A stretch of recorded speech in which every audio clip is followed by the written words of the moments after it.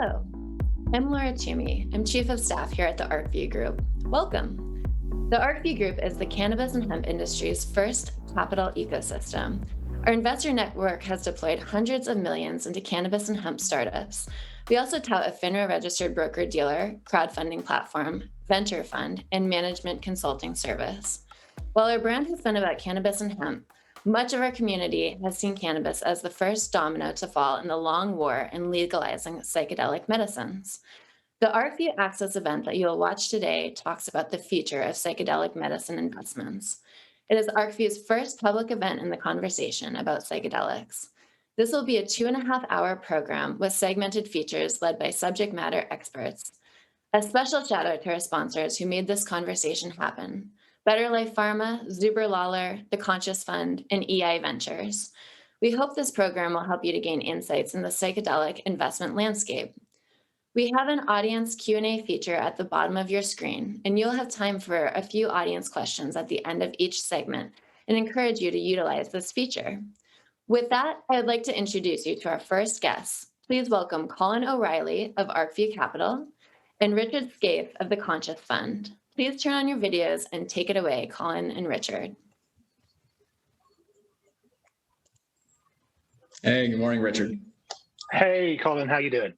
Good. Or afternoon, depending. Or evening. Or evening. It's good timing for this event. So, we've been chatting this week, and there's been some good some press release. Yeah, absolutely. Yeah, no, it's been an incredible week in terms of progress in psychedelic medicine, a space which is driven predominantly by science and the ability to move these medicines through their clinical trials. And one of the very early pioneers of this space is a not-for-profit called MAPS, who've been doing their valuable work for 35 years now, and they showed very positive results for their stage 3 clinical trials for MDMA therapy, and a lot of people now sort of looking at it and saying, we think it's quite possible that by sort of 2023, MDMA therapy will be federally legal in the United States, which is quite an achievement by the people at MAPS. Yeah, so I mean, we'll delve into some of the success stories here in 2020, 2021, but they look like overnight successes, but they're really not, right? Groups like MAPS have been 3 decades. Oh yeah, absolutely. I mean, it really is a sector which has been many decades in the making. It just very much feels like it's been a bit of an overnight success. 2019. You were talking about a very small number of companies in this space. Interestingly, most of them coming out of Europe, who are now some of the biggest companies in this space. And 2020 was when we saw a real sort of sea change in terms of the amount of companies and the work that they were doing coming into the market. And it's just continued during 2021. Mm-hmm.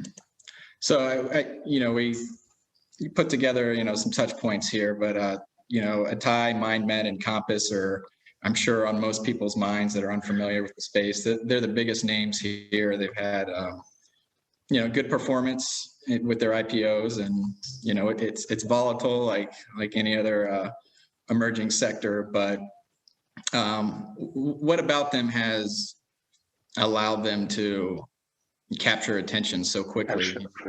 Yeah.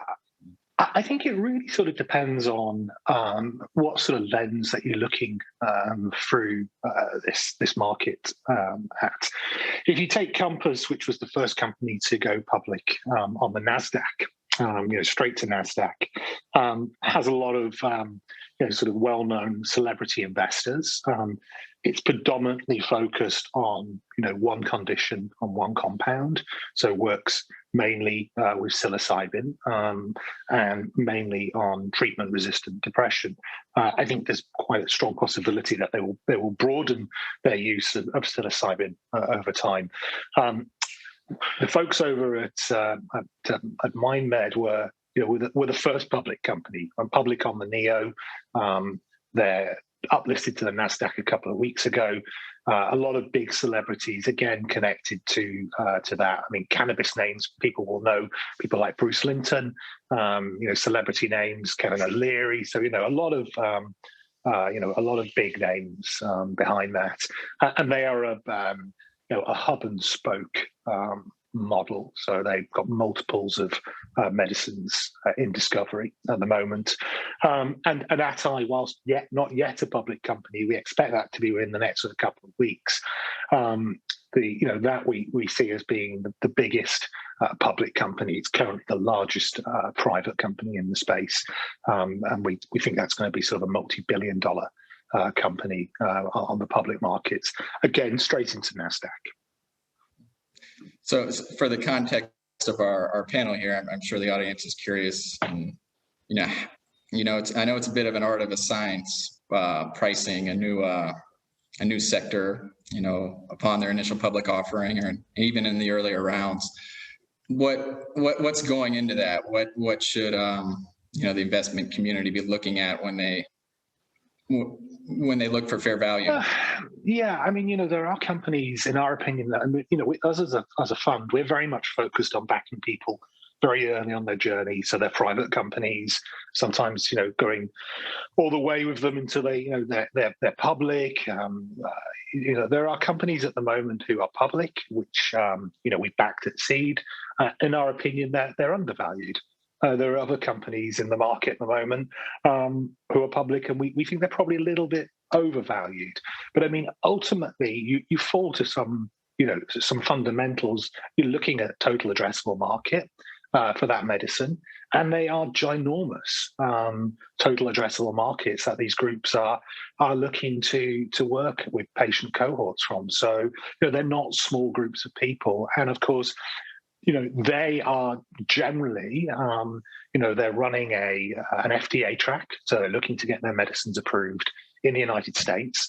Sometimes they've been given breakthrough therapy status, which means that the FDA have recognized the value of the work that they're doing, and they will be afforded some time shaving of the clinical trials process. Doesn't guarantee that the medicine will ultimately become licensed. So things such as the breakthrough therapy status, the total addressable markets, all sort of look quite favorably towards the share price of companies out in the public domain. Yeah, and do you consider these? If someone wanted to put a box around this, are they pure drug discovery plays, tech, combination?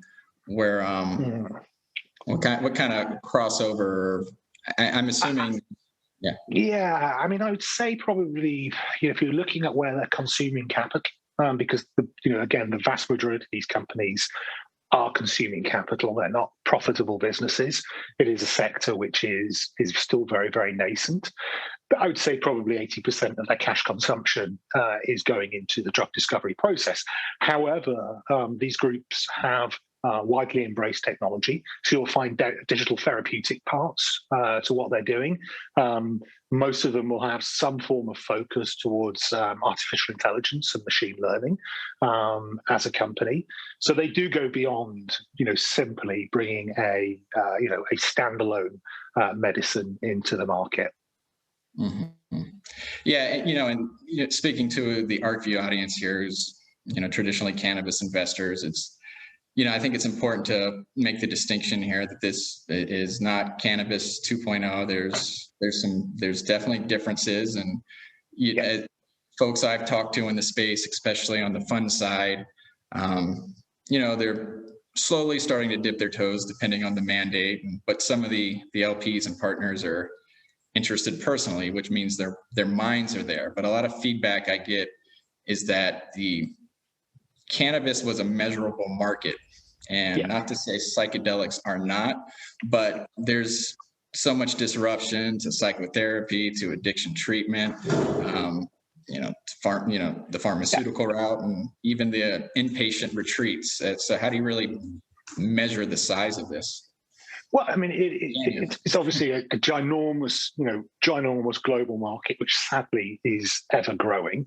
That is a reality. They are very complex businesses, which I think investors directly don't necessarily feel sort of comfortable going into. It is competitive in terms of getting access to funding rounds. So for us, our sweet spot being on seed to Series A. We have to work very, very hard to make sure that we get into the right deals. There is no shortage of capital in all stages for good companies, and we'll see that. I'm quite confident when Atai completes its IPO. So people do prefer in this space to generally work with specialists in terms of looking at investments, and the space is getting more complex.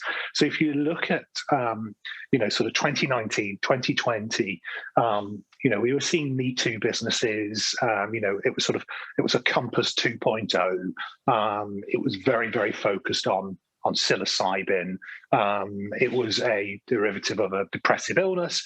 Now what we're seeing is much more complex psychedelics which are being used. These are specially created compounds, so they draw from the history of the base compound, but they're looking to treat much more complex conditions and quite often very large complex conditions. So the markets remain very, very large, but the complexity and the science which is involved is becoming more and more difficult. And a big part of what we have to do as fund managers is work very, very closely with the scientific community and our scientific advisors.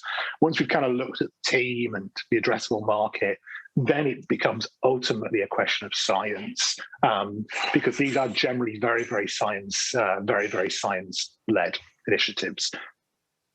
Yeah, they have to be. There's so much precision in isolating the conditions. I remember when we first met, I told you my son might have a stuttering problem. The teachers told us, and you referenced some articles. Psilocybin could be a potential treatment. So yeah, that's passionate work that is very, very focused. And it is, and it is quite unusual when you look at this. Is the really exciting thing about this next generation of medicines is that ultimately you are quite often using the same medicine, but to treat very, very different problems.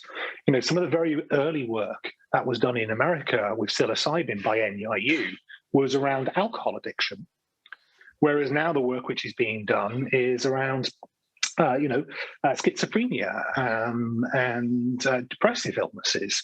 So fundamentally the same substance is being used, and the difference then of course is the therapy which sits alongside it. This is not a silver bullet, it's not a panacea, a magical new medicine as standalone substances.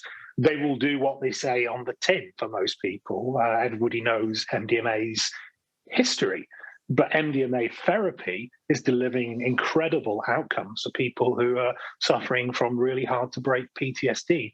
But it is a reflection of the therapy which goes alongside the MDMA, not just the MDMA itself.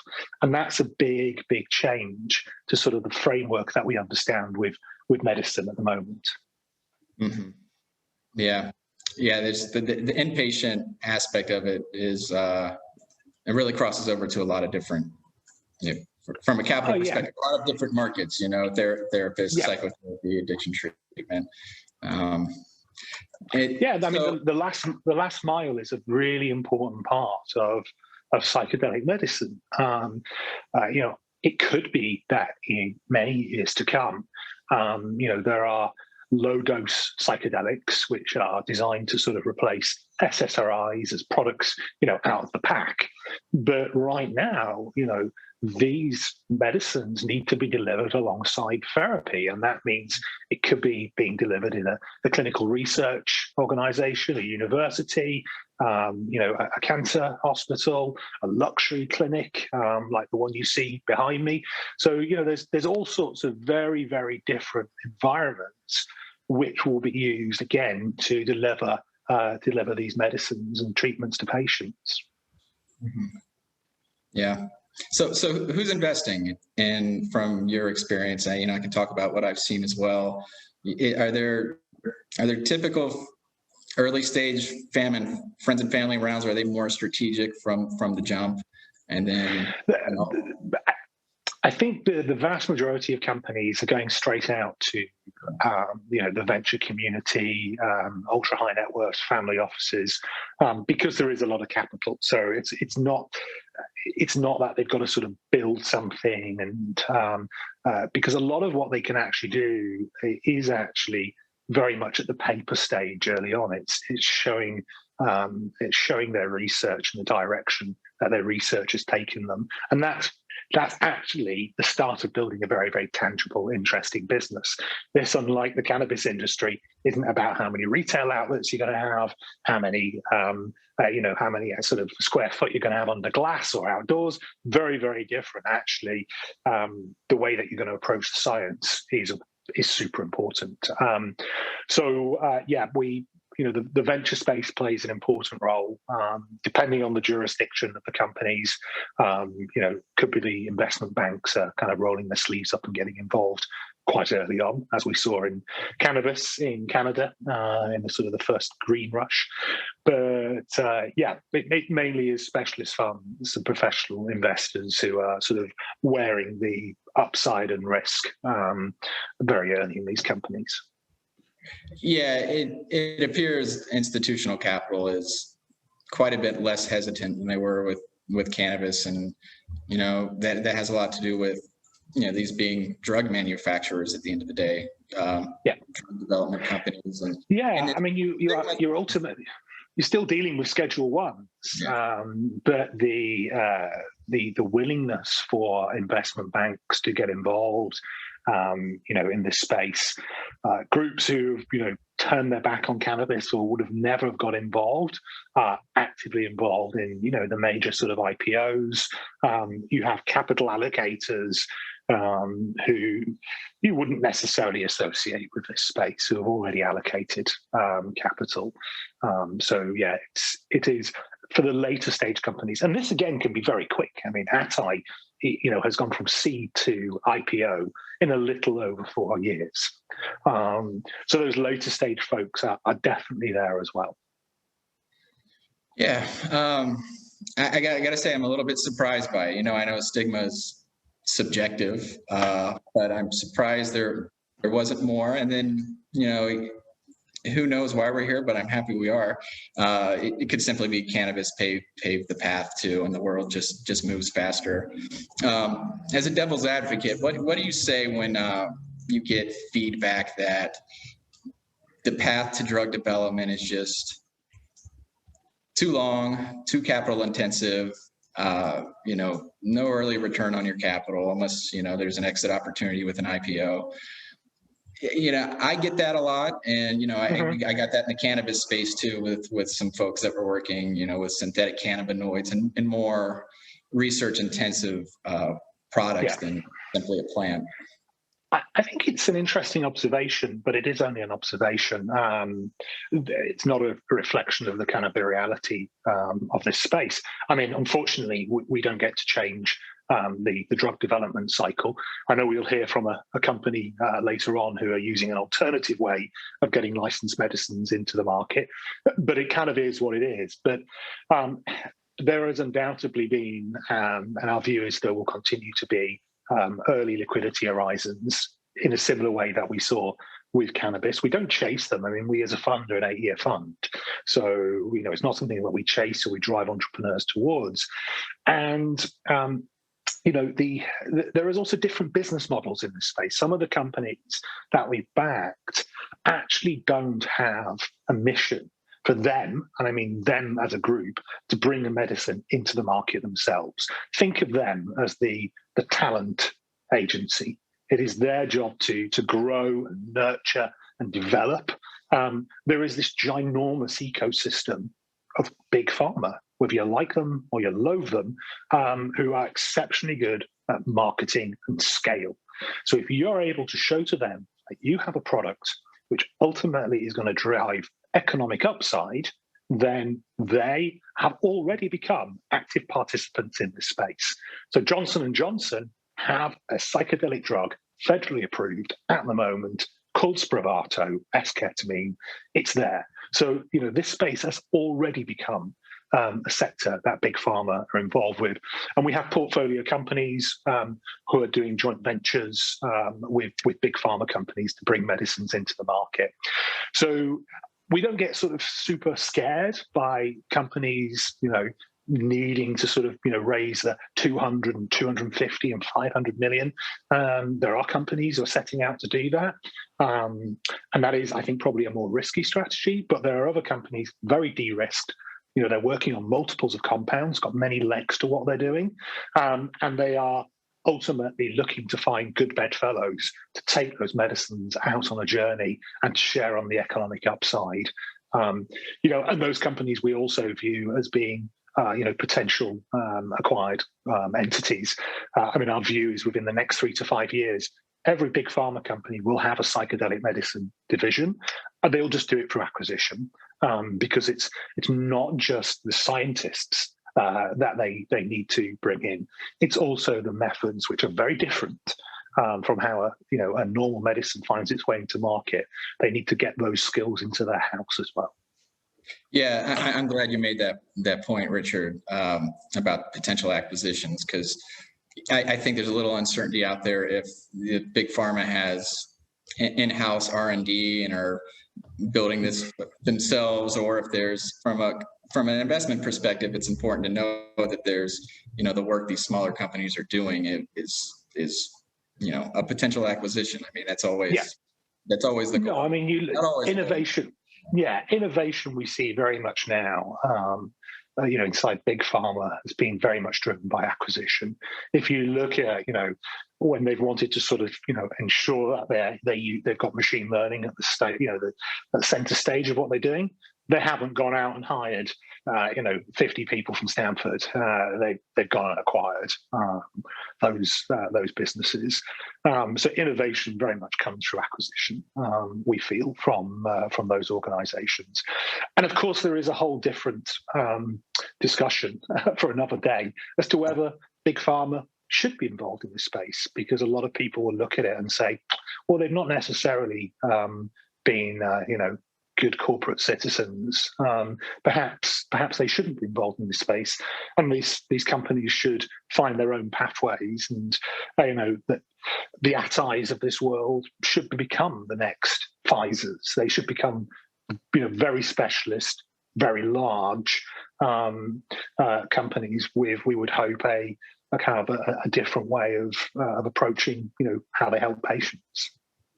Colin and Richard, I'm sorry to pop in, but we have a number of questions from the audience. So we're going to take a little pivot over to that side. So Richard, this is for you. So any personal or general advice for startup founders in the psychedelic space? What to do, what not to do, and also how important is the pre-money valuation metric? Thank you. Pre-money is difficult to set. We're seeing pre-money on very strong teams on seed rounds from anything from 4 to 35. So it's a ginormous, and they're all very big, very, very sophisticated. So there isn't necessarily a hard and fast rule on pre-money. My advice would be, you've got to be an active member of the community, get to know people, attend some of the virtual events which are out there, get to know other founders in the space, and be prepared rather unusually. I always kind of say, look, if you're a drug discovery company and you're doing heart medicine, you wouldn't be at this stage of your company's life so focused on your social media presence and your web and your community voice. That would come much, much later. But actually in this space, you've really got to be recognized very, very early. It is a space of maybe somewhere in the region of north of 200 companies now. So it's getting noisier, and your cut through will be about the voice that you have, which will amplify, in terms of what you're doing from a science perspective. Absolutely. No, that's great advice. And the next question is, Psychedelics seems to be largely a pharma or clinical industry. What other subsectors or ancillary opportunities are topical now or will emerge in the future? Thank you. Great question. So I think 2020 would have been a difficult year to sort of deliver an ancillary business because the ecosystem was just sort of growing up around it. 2021, we're seeing more and more very interesting ancillary businesses, which are very valuable coming into life. That could be software, which is used in the clinic environment, machine learning, artificial intelligence, conferences, media, training. If you think, and you look at the numbers that people like MAPS have given just for MDMA, the amount of people who need to be trained to successfully deploy this is ginormous. So there's all sorts of training opportunities out there as well. So yeah, there is definitely scope now, I think, to build and seek investment in a very interesting ancillary business. Yeah, I think the ancillary business being built around it it screams of legitimacy, right? Capital being deployed and various startups, and it's there to support the core, and it means the core is real and it's happening. Yeah, absolutely. Yeah, I mean, just don't try and build an alternative banking set of rails or something like that, because unlike the cannabis industry, the banks have been very positive in terms of banking these companies. So, things like payments and all the fintech stuff that you see in cannabis, we don't really see as being applicable to psychedelic medicine. But there'll be a lot of very similar businesses which were built in the cannabis industry. And there's a few folks who have built successful businesses in the clinic side of things. Field Trip deployed one of the very first medicinal cannabis chain of clinics and have now gone out and built a pretty substantial portfolio of psychedelic clinics. Fantastic. And in terms of companies who are seeking capital and funding, how are they reaching out to you? Is it more of a cold call? Is it a warm intro? Are you seeking them out? How does that look from your end? Yeah, I mean, we have our inbound pipes. We try and make ourselves extremely accessible to entrepreneurs. It's a very collaborative space. I'd actually say one of our best investments from a performance perspective was completely off radar. And we were introduced to that by another CEO in the middle of a funding round, which is pretty unusual. Hey, I'm just going to distract you and tell you about something else. And we did both. But, it is very collaborative. So I think, again, if you get to know people in this space, if you're not connected into a fund and you don't want to sort of directly approach them, then, people will very, very quickly help open doors for you. But yeah, get involved, roll your sleeves up, get into the sort of conference circuit, get to know people. And I think you'll very quickly find, interesting introductions are made. Absolutely. And I think that's the case and has been for the cannabis industry too, putting yourself out there and making introductions, meeting people, and just really, getting yourself as a person and your company out there. So I'm glad to hear it's a small industry, right? Yeah, it really absolutely. Is. And so one last question, and then we need to wrap up this specific panel, but will next gen psychedelics be the goal of the industry? Yes.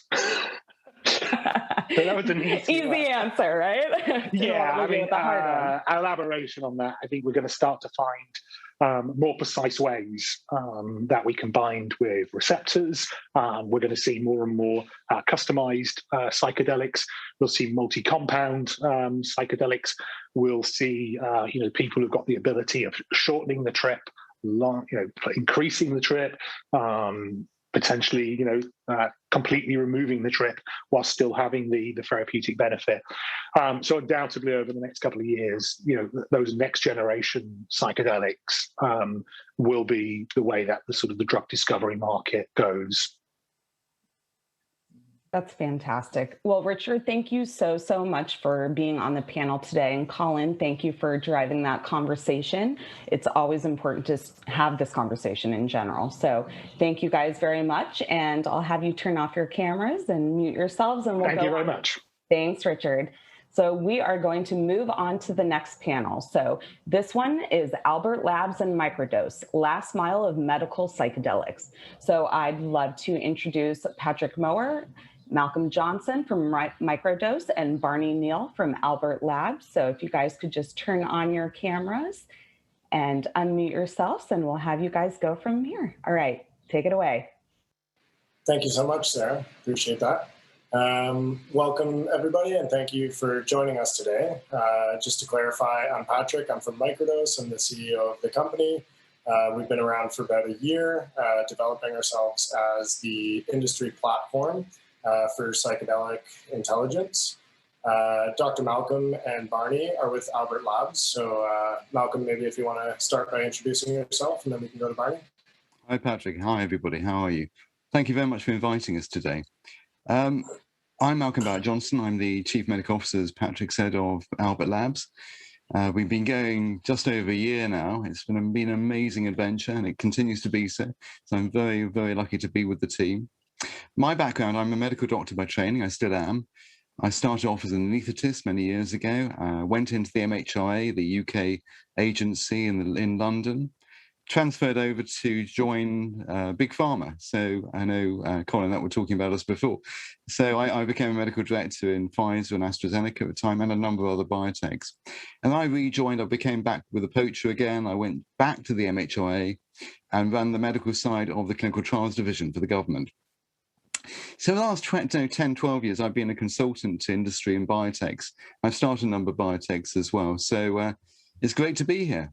Thank you. Hand over to you, Barney. Yeah, hi guys. Barney Neal here. I work with Malcolm at Albert Labs, and in addition to that, I hold a co-founder position at the Psychedelic Medicine Association, where our main goal is to educate the front line of the health service and essentially prepare them for psychedelic therapy and what the research and the industry is bringing to the table here. So yeah, extremely excited to be here. Let's kick things off, Patrick. Fantastic. Yeah, looking forward to this. Barney is one of the smartest and most advanced in terms of tech guys that I know. So always great to be working with you, Barney. We'll start off with a sort of a general question here and then get into the finer details. So what are psychedelics 101, and can these therapies and medicines be a game changer for mental health? Sure. I'll take this first one, Malcolm. Yeah, psychedelics are a class of substances that induce the heightened state of consciousness. This is typically characterized by a hyper-connected brain state. You guys might be familiar with the infographic where we had a placebo and then a human on LSD, I believe, from an fMRI scan, and the contradictions are crazy. You know, you have 300 times more connections in the patients that were induced with LSD. So that's a bit about the psychedelics and what happens on the brain. I'm not a neuroscientist, so I'm not going to go too much into that. But the most common psychedelic you might know of is psilocybin, coming from the magic mushrooms. But in addition to that, we have ketamine, MDMA, DMT, 5-MeO-DMT, mescaline, and ibogaine, to name just a few. And in terms of them being a game changer, as we are well aware, the world has experienced a devastating physical health emergency with the coronavirus. And I don't know about you, but it's certainly here in the UK and personally, you know, it's time to reflect. And there's huge amounts of loneliness, uncertainty, and grief. And this has been intensifying an already acute mental health crisis. And I believe that psychedelics may be that breakthrough. Antidepressants and anti-anxiety medications are, you know, relatively ineffective, and too often they leave patients untreated. So these confounding factors really highlight a societal need for psychedelics. And I think it's extremely exciting. I think Richard from the Conscious Fund mentioned just earlier on the fantastic results that we heard from MAPS and the MDMA-assisted psychotherapy trial, where 67% of the participants in the MDMA group were shown to no longer meet the criteria for PTSD. This is phenomenal. This continues to astound psychiatrists and psychologists around the world, and psychedelics have a huge potential in my opinion. Absolutely. And I think, one of the underappreciated or explored aspects of psychedelics as well as physical health. We just saw some very interesting news out of one of our microdose clients, Ion Therapeutics, a couple weeks ago that showed their proprietary mushroom formulation was actually effective in killing breast cancer cells. So, we're just at the tip of the iceberg here, and I'm excited to see where the science goes. Malcolm, how are regulators perceiving advancements in the psychedelic space? Do you believe stigma will disrupt progress being made with these medicines? Yeah. Or do you think, we're getting closer to licensing and medical frameworks? Well, we definitely are, Patrick. Yeah, it's a really interesting question because I think regulators are an interesting bunch generally, whether it be the FDA in America, whether it be the MEA in Europe. They have to look at the evidence which is put in front of them. And the evidence is now, as you said, growing much, much stronger. So, yeah, it's a really unexploited space. The regulators really depend very much on what they have placed in front of them in terms of trials, in terms of real-world evidence. And we're looking at real-world evidence particularly because we feel we need to bring the evidence very quickly to market. One thing that's really changing the way that we're looking at this is the fact that up to this point, and I know Richard and Colin were discussing, big pharma, is randomized controlled trials is the sort of way we've been working in pharma biotech for the last 40, 45, 50 years.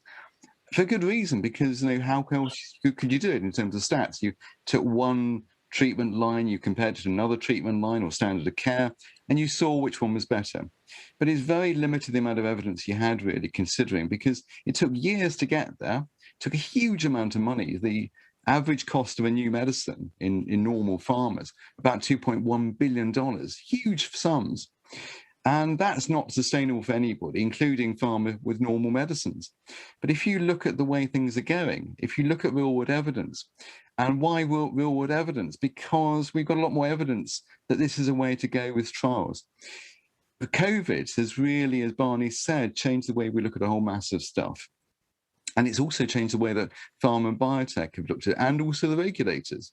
The regulators have been forced, not so much against their will, because it was going there that way anyway. With COVID and the vaccines, we've seen a huge impetus to make sure that we have the evidence quickly, succinctly, and exactly in a much shorter space of time. We got the first evidence of our vaccines within 6 months, completely unknown. To get that sort of evidence before, you would have had to do a randomized control trial maybe for 2-3 years. That's given the regulators confidence to take real-world evidence on board. So if you do that, you take the group of patients that we're looking at, which is anxiety and oncology, and you look at them in terms of a patient set, a patient population, and we're doing that across the whole mass of the psilocybin and the space in which we're working, the regulators can get the information quicker. Not only that, I think it's safety data quicker too. And the other advantage is they get genomic data. Another thing is that we haven't really focused on genomic data or variability in populations before. It wasn't really known. We didn't have the genomes to look at that. So actually the regulators can't ignore it, but you can't get that from a randomized controlled trial. So actually the real world evidence and the data we get from it is much more exacting. To your second point, does sort of the past interlock with what they're looking at and how they regard these? I think undoubtedly it does at a certain level, because I suppose a lot of regulators are of a certain age. I'm of a certain age, I suppose, as well. But I think they aren't biased as such, in spite of what people might think. They look at the evidence and they take it on what they see. That's based on basically data we've collected over the years. One good thing is that we've got a lot of data on this area of medicines. It may not all have been collected in randomized controlled trials, but we do know roughly what we're looking at.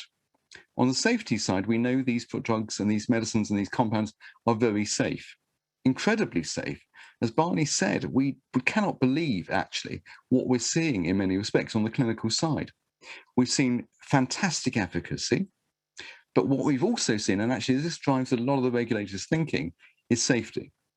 If you're a regulator, you've got to confront your ministers or your other people in government and say why you passed that license for that compound. So safety is a crucial thing if you're a civil servant, because without that, people could really have you up. With this group of compounds, we're seeing the safety and the tolerability is extremely good. It's a huge plus. So I think it's very positive. I think the regulators are looking at this in a much more positive way. I think when we present the data to them in the big cohorts we're hoping to show them, we have got a lot more gumph to actually get there and get a license quickly. And actually, as Barney said, what we've got out there at the moment is pretty awful. And it's been a very, very unregulated area in many respects with very bad compounds. So I'm hopeful, Patrick. Makes sense. Just a quick follow-up question and then over to Barney for another one. You mentioned earlier, the speed with which we got those clinical trials out or not clinical trials, but got the vaccines out, impact or accelerate the speed at which psychedelic medicines are going to come into the mainstream fold?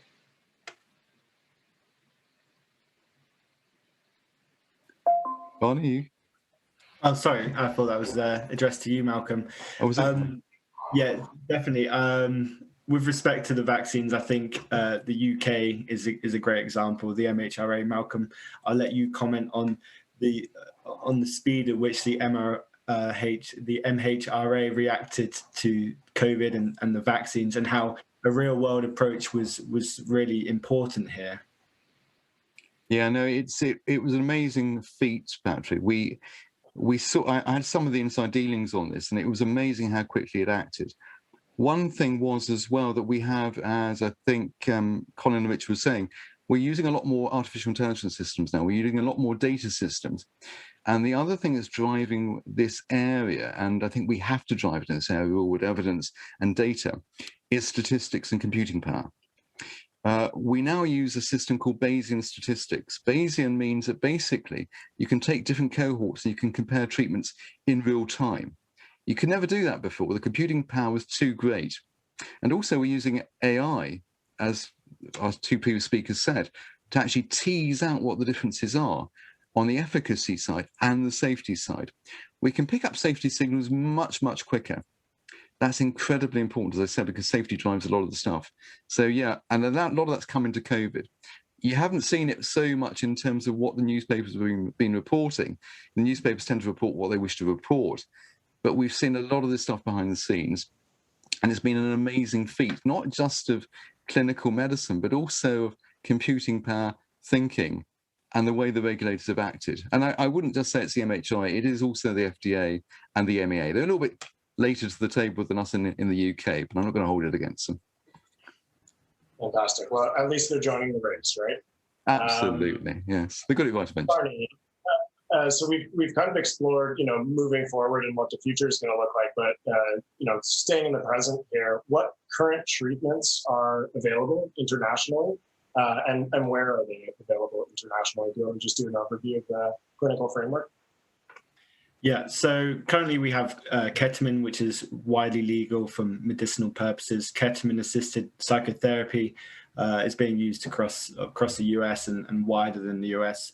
Mainly things for treatment-resistant depression, major depressive disorder, anxiety, PTSD, trauma. But in addition to ketamine, we've seen ibogaine treatments. While still illegal in the US, you can find clinics in countries such as Portugal, Mexico, just to name a few. So outside of that, some jurisdictions have taken a decriminalization kind of stance to drug policy.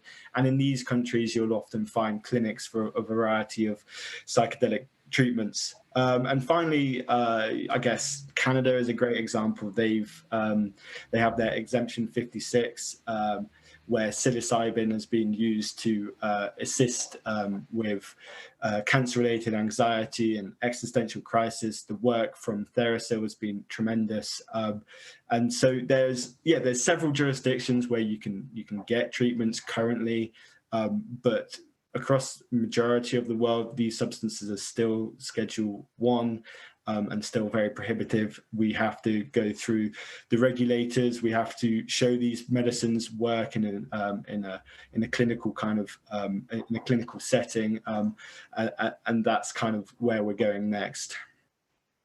Fantastic. Back over to you, Malcolm. It's clear there's a lot of potential when it comes to psychedelics, but how does this treatment paradigm differ to the current standard of psychological medicines, specifically in regards to SSRIs? Yeah, Patrick, it's a really interesting question. If you look back over the history of psychological medicine, it's been incredibly poor, generally speaking. We had a spurt of research in the 1950s and 60s, really, which was basically the basis of every medicine we now use. These are the basis of things like the SSRIs, which the guys have been discussing, the SRNIs, the NASAs. All of these work on basically the serotonin catecholamine axis within the brain. Surprisingly, all these years later, 50, 60 years later, we still don't really know how a lot of them work.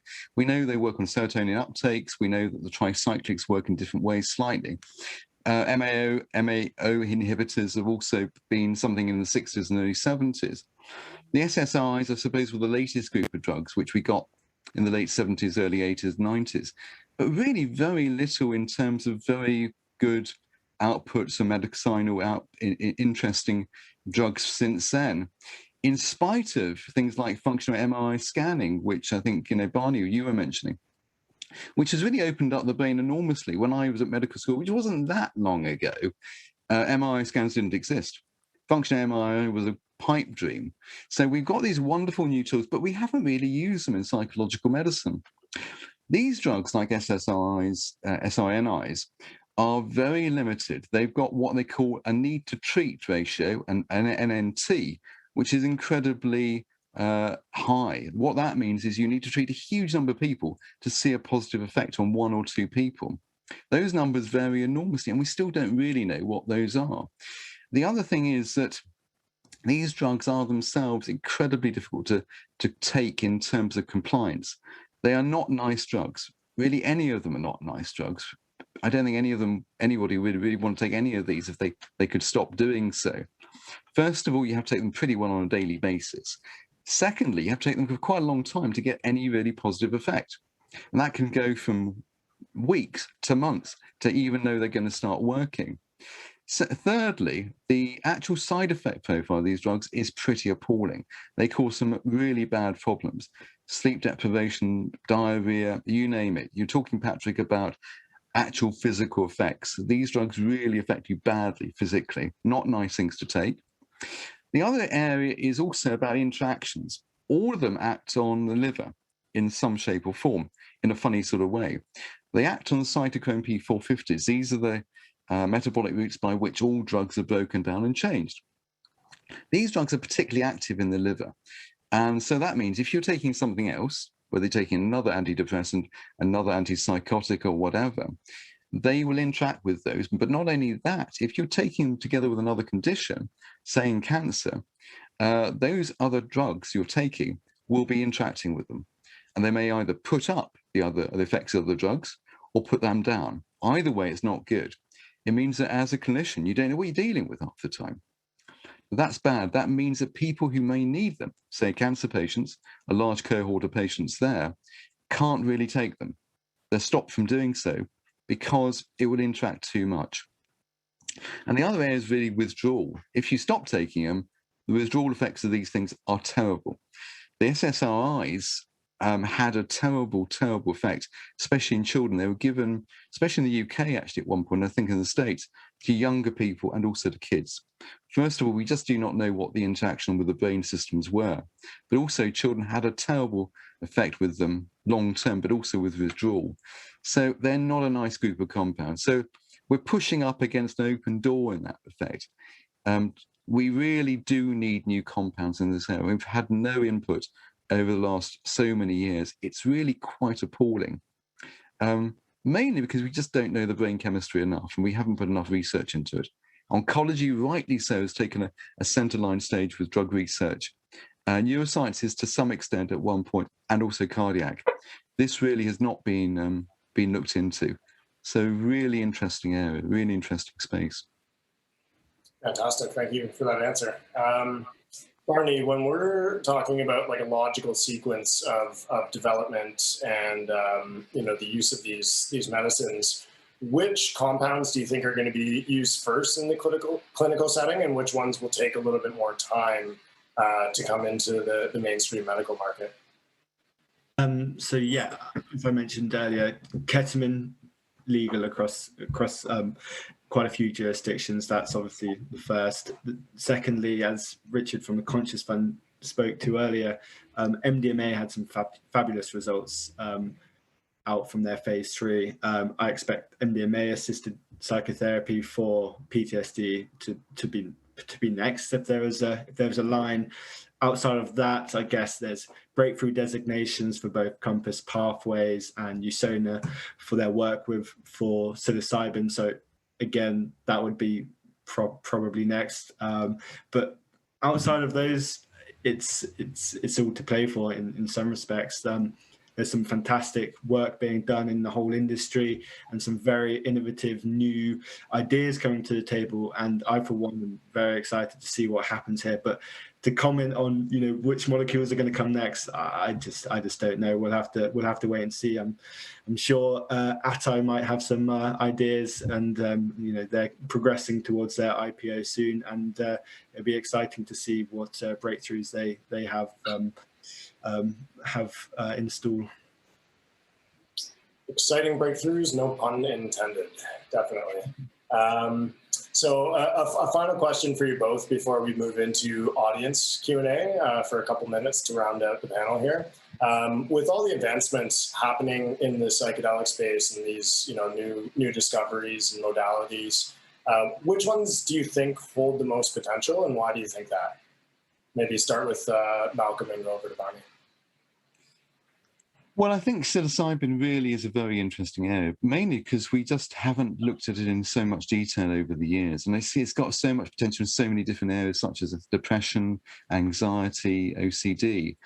And I think some of the recent results we've seen with it in some of the studies have been so absolutely shattering in terms of the efficacy. I think psilocybin is going to be the big one to watch at the beginning. I think the NMDAs and stuff are going to be really very, very interesting as well. Barney, I think, what's your view on that? Is it that the psilocybin is going to be number one?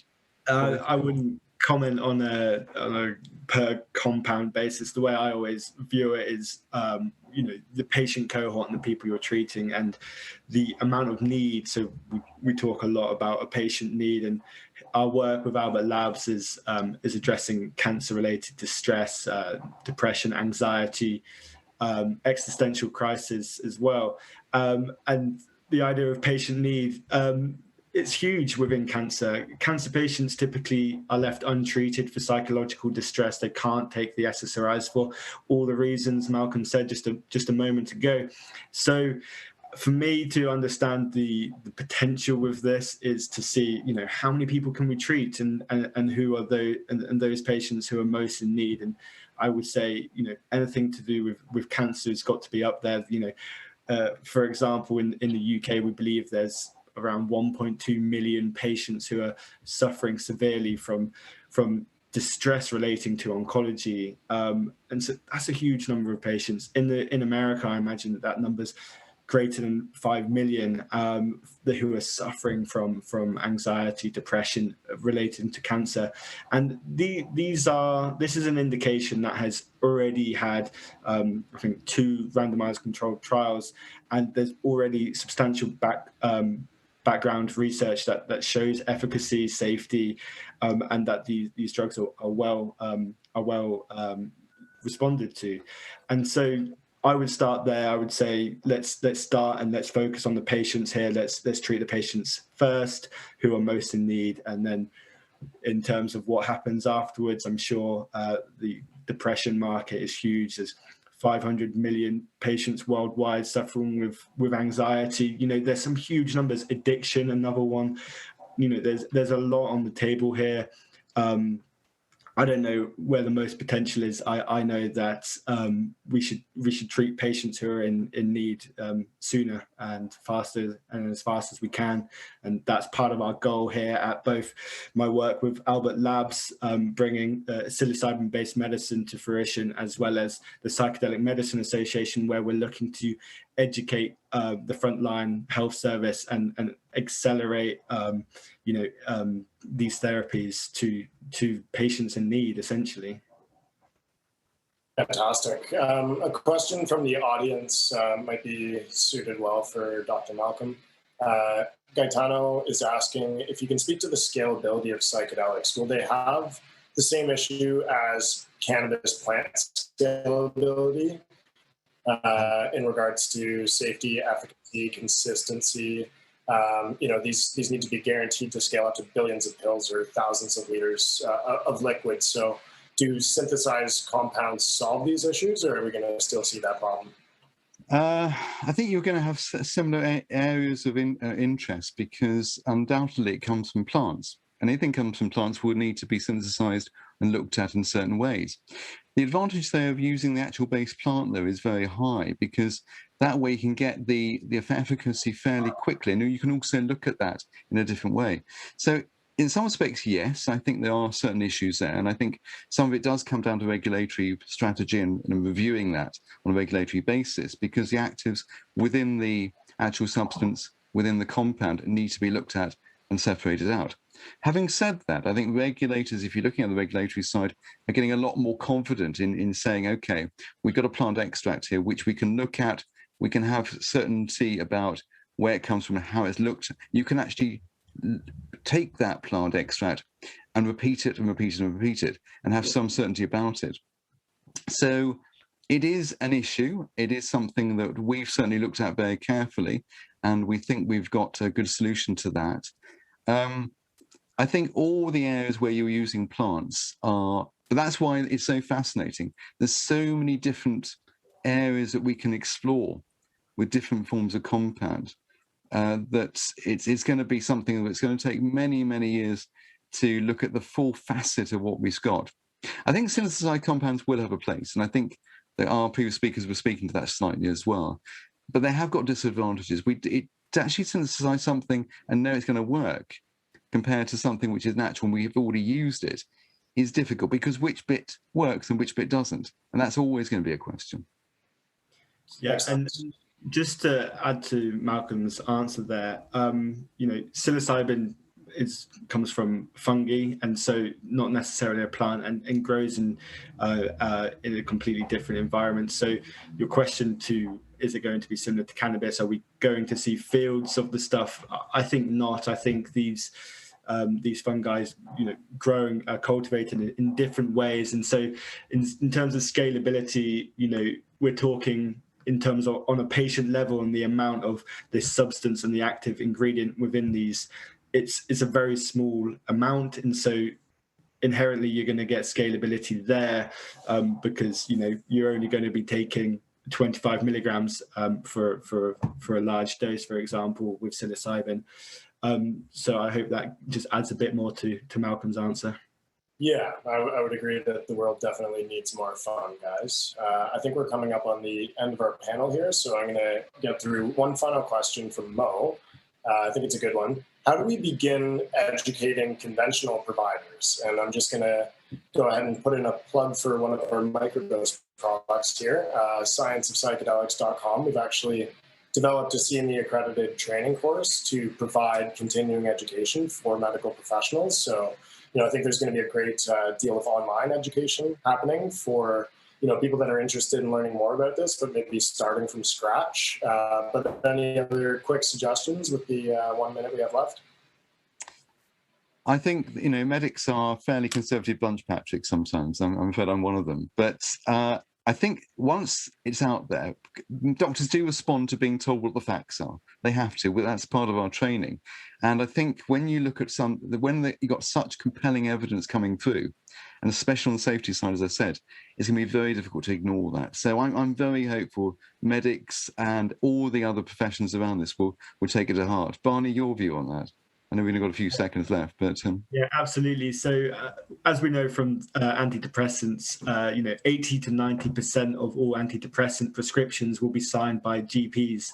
These aren't psychiatrists, people trained on the brain, on the mind, and that's got to change first. I think and then that will filter down with the upcoming psychedelic therapy coming inbound. And yeah, I mean, at the Plant Medicine Association, that's our goal here. We're trying to educate that front line of the health system. So if you're a clinician out there, go ahead to our website and join up. You'll learn a fantastic amount. And yeah, I guess that helps. Good plug, Barney. Good plug. With 10 seconds to go, Laura, how did we do on time? On that note, I think that's a great note to end on. And thank you so much, Patrick, Malcolm, Barney. This was very insightful. We appreciate it. Absolute pleasure. Thank you for asking us. I'd like to welcome our next panelists to the stage, Cecil Robles, David Nikzad, and Dr. Linda Strause of EI Ventures. Aloha, everyone. Happy Thursday. I am one of the founders or co-founders in Emotional Intelligence Ventures. Our main mantra is to empower humans with real whole plant medicines and actually give people access at a level that is scalable. Coming from 40 plus years of being in the system and being prescribed all types of things, I feel like it's a duty for us to make sure that this movement doesn't come down to just more newer designer drugs coming to market. So we are very passionate about plant medicines. I'm here in Maui, Hawaii today, where I've trained and studied with a lot of permaculturists and different kitchen chemists, and are excited to give you guys some insight on what we're doing. Aloha, everyone. Thank you, David. That's why he brings me, because I'm heading up the clinical development for EI Ventures, and I bring over 30 years in the pharmaceutical and biotech industry. So I'm bringing that perspective along with the fact that I'm a professor of human nutrition at the University of California, San Diego. So I'm able to bring both, the drug development, life science piece into nutrition, botanicals, as David said, bringing this whole concept of whole plants as nutrients and making them accessible and available for those people who can benefit. So thank you for inviting me. And it looks like we have Cecil back. Maybe.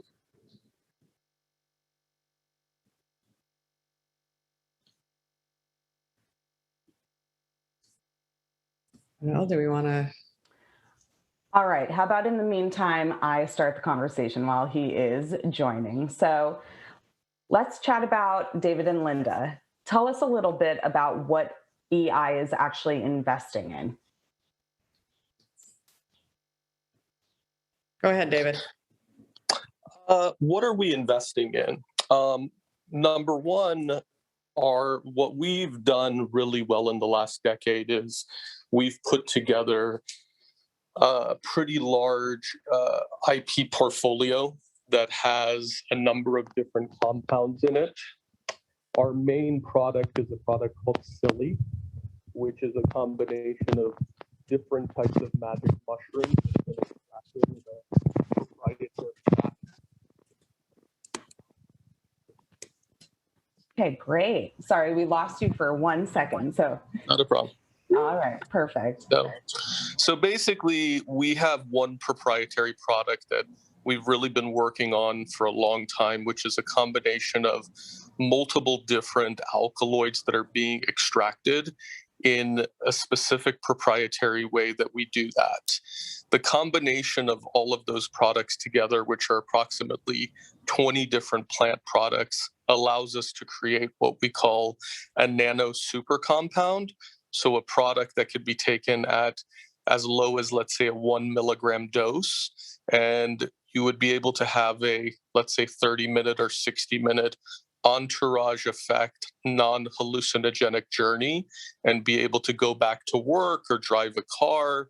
What we find, and again, we've been looking at this space for a long time. I also come from a background of, having used Adderall and Lexapro and many other things. I realize that when you start talking about giving people these large dosages of medicine, and then you're also dealing with coffee, alcohol, many other things that go into the body all day, I think that, escalating dosage upwards is going to be better than all of a sudden giving somebody a 25 milligram dose of anything. So I also believe through, what we've put together and what we've studied is that the nutritional factor and what you get out of actually taking real plants, we always say, drinking real cold pressed orange juice versus concentrate, it's going to be very, very different. Absolutely. And I see Cecil is on now, so I will let you take it from here. Sorry about that, guys. My desktop just would not connect for some reason, so I had to jump on my MacBook here. So apologize for the delay. I don't know where we're at or where we left off, but I guess we can go ahead and get started here.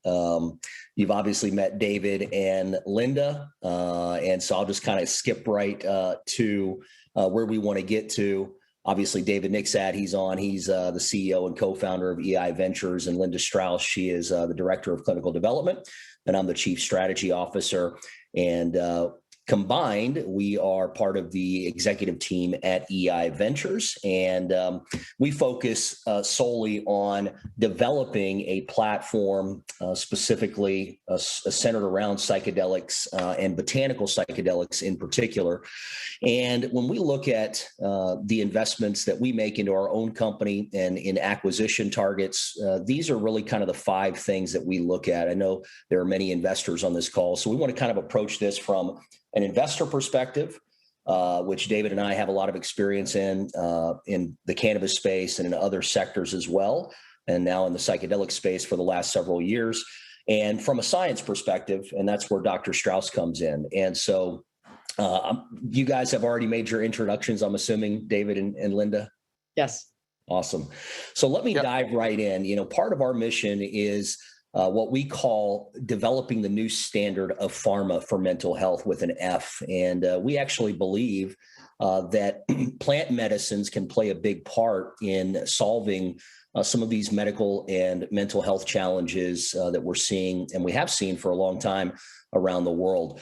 Part of the challenge, I think, and as we've heard on some of the other panels, I think there was a great question that just got asked earlier, and I'd love to throw this question back out to David because we're really big on this at EI Ventures, and that is, how do we find and how do we invest in and how do we develop things that are going to provide access much quicker than what we've seen in other pharmaceutical sectors? And so, David, I'd like to throw this question out of what access actually means and what that looks like to you. You've dealt with your own challenges and struggles through the years, and maybe you can touch a little bit on that. And then I'd like to throw that same question out to Linda and talk about what it means from a pharmaceutical perspective and how we get to that point of actually the people that need these therapies the most accessing these products. I mean, I always come at it from the element of someone that needs these products in terms of we all fall into a rut or go through phases of where, your emotional intelligence isn't the best. And then you move into these coping mechanisms of using things that are going to make you feel better, whether it's alcohol or food or anything like that. I think one of the biggest things that, really come to mind for me when people talk to me is, the element of, the people that are thinking of committing suicide. And that's a conversation that I have a lot of times with different people that, very much come to me and say, I've thought about killing myself. And I think that it's not always easy for people to open up and admit and say, hey, I need help and I need help now. And I think that ultimately, when you're talking about products that are coming from plants and you can establish efficacy and there's a low enough dosage to take them, I think that, the comparison for me is, somebody's going out, is dealing with something very traumatic in their life. They go buy a bottle of vodka, drink the whole thing, and then get in the car.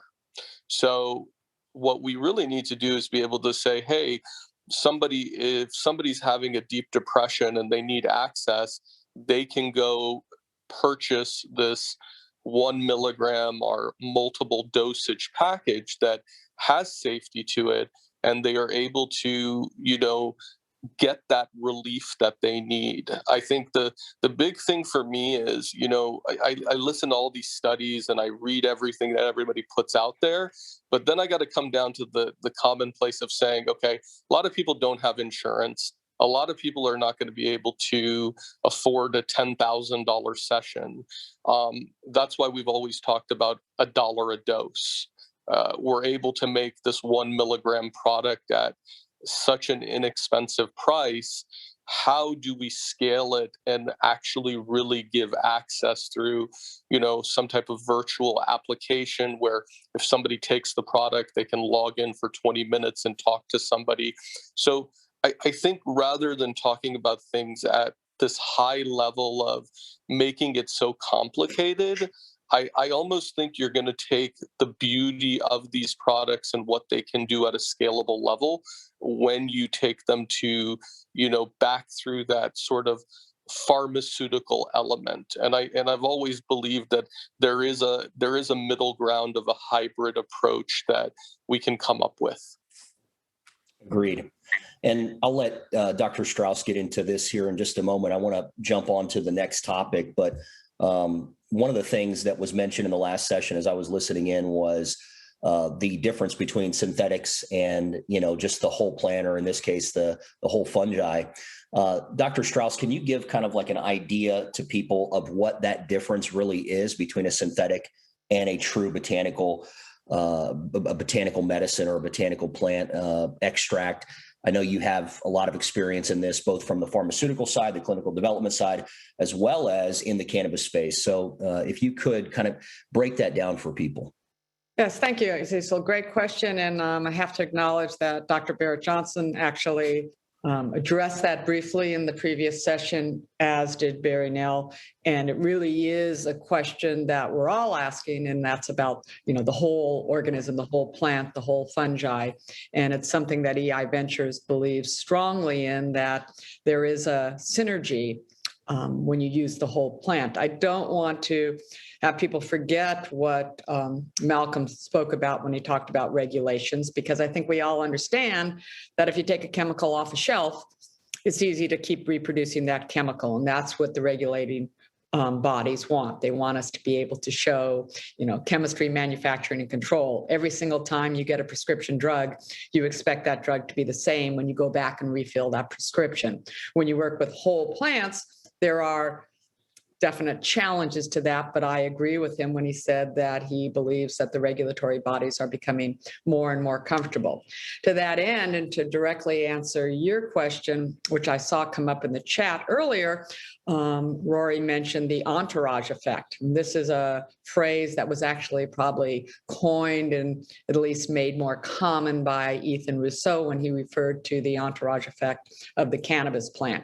The idea of having an isolate or a single molecule of THC, which, by the way, we do have in the pharmaceutical drug Marinol. And from personal experience, caring for my husband who died from glioblastoma, which is incurable brain cancer, Marinol doesn't work. It's a great idea, but it doesn't work. A nice pipe or roll joint is significantly better. So the entourage effect simply refers to the multiple synergies that exist between the major active constituents of cannabis, or in this case of the mushroom, and other essential components which ultimately will make up this active ingredient. So I like to say simply that it says the whole is greater than the sum of the parts. And in terms of that, right now, the studies that have been taking place, they've been taking place with synthetic materials, synthetic psilocybin, which of course turns into psilocin in the body. And that's where you get what we call the trip. But there are other constituents within the magic mushroom plant that we know of that just haven't been studied in part with psilocybin and all of the other compounds together. And is that a pretty accurate statement? It's a very accurate statement. And it also comes down to that fundamental concept that we can't test for what we don't know. I mean, we know psilocybin and psilocin. We know those two compounds the same way we knew THC. It took us a long time to even, begin to be aware and cognizant of the role of cannabidiol in this picture. And now we have over 100 cannabinoids in these plants. And people are looking at CBN and CBG, and we're able to look at the pathways. So as we begin to study the magic mushroom and break it down and use the technology we have at our disposal today, we'll be able to better determine. But going back to David, we always go back and forth with our orange juice. I put my professor hat on, and I like to say that ascorbic acid is ascorbic acid. And it's ascorbic acid whether you take it from your vitamin supplement or if you get it from the orange. But we do know that when you get it from the orange, you get more. You get water, you get fiber, you get that entourage of having the whole plant, in this case, the whole fruit, as your vehicle to provide you with the ascorbic acid you need. Great. I think the next topic that we want to discuss, and I've been on to a couple of the sessions beforehand, so I know some of this was touched before, but how do you actually get these products to market? And David, you mentioned access being very important and not just having one approach to taking these products to market. Obviously, we know there's the FDA drug pipeline. There's a number of companies that they're betting all the chips on that one particular pipeline. There are seeming to be other alternative pathways that are potentially opening up in the U.S. and Canada and other jurisdictions, much the same way that cannabis kind of came to market and began to be legalized in states, even though it's a Schedule I drug. I mean, can you talk about some of those different pipelines and ways that you see these products coming to market in the future? Yeah, I mean, I think when I speak to people that are a lot smarter than I am, like Dr. Linda Strause and a lot of the lawyers that we've spoken to that have heavy FDA backgrounds, I think what everybody has to remember is that the big drug companies haven't even yet jumped into this, and then you have all these small companies that really are very tiny companies, sub-billion, sub-$2 billion companies. And they are doing their best to try to navigate something that costs a lot of money to do. And I think with how the psychedelic space is shaping out, where it almost feels like I'm back in high school and it's like a good old boys club, I think we have to be very careful about who we empower and which companies we support.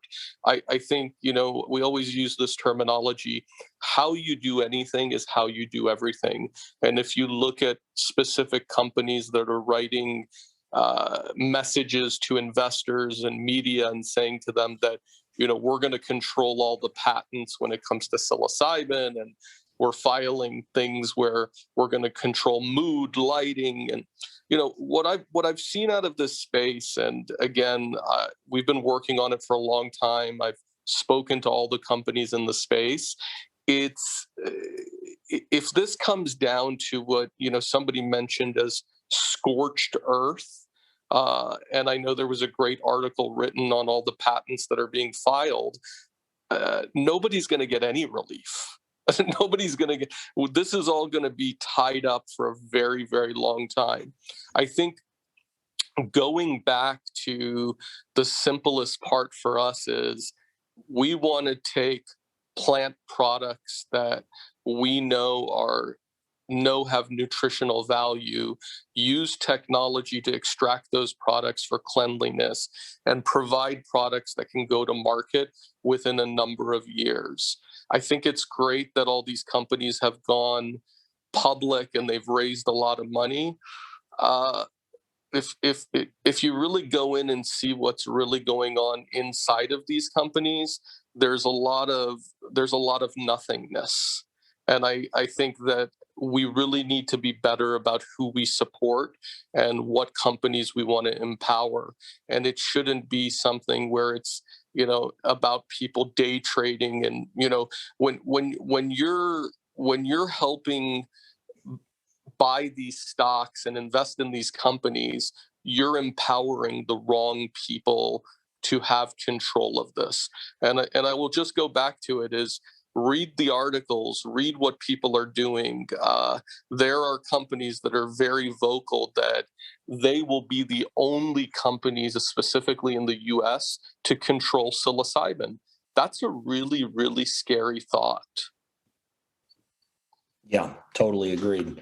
And I think I want to get to this next section here real quick, because I think it goes back to what you're talking about and the parallels, I think, between cannabis and the psychedelic space that we're beginning to see right now.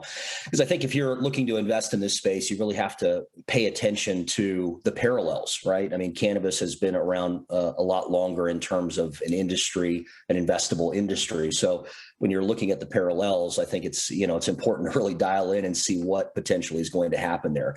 And in cannabis, you just haven't seen that patentability, right? That where one company owns the entire space. And I think you're going to probably see that more regularly as we develop in this space as well. And so, one of the other things that we talk about and that we believe in, whether we're going to invest in a company or even investing in our own team, is science expertise. And obviously, when you're dealing in this particular space, whatever companies you're looking at need to have strong science expertise. However, we live in obviously a little bit different of a world than we did a couple of years ago, where you could have a team of scientists in one location. Now it's becoming a little more fragmented. Linda, you're very big on being able to bring a science team together and put all the pieces together to have various studies be done and so on and so forth. How do you see that playing out in this particular space? I mean, you've seen it you've done a lot of cancer studies and cancer research, but how do you see it playing in this space? And do you see it playing out the same way? Yeah, thank you, Cecil. And I'm watching the time for my Arcview colleagues because they've done so well. So I think without getting into, drug development 101, I think there's a lot of parallels and a lot of differences. Personally, I don't think adult use psychedelics is going to be here in my lifetime. So you can either believe I'm very old or it's going to be quite some time.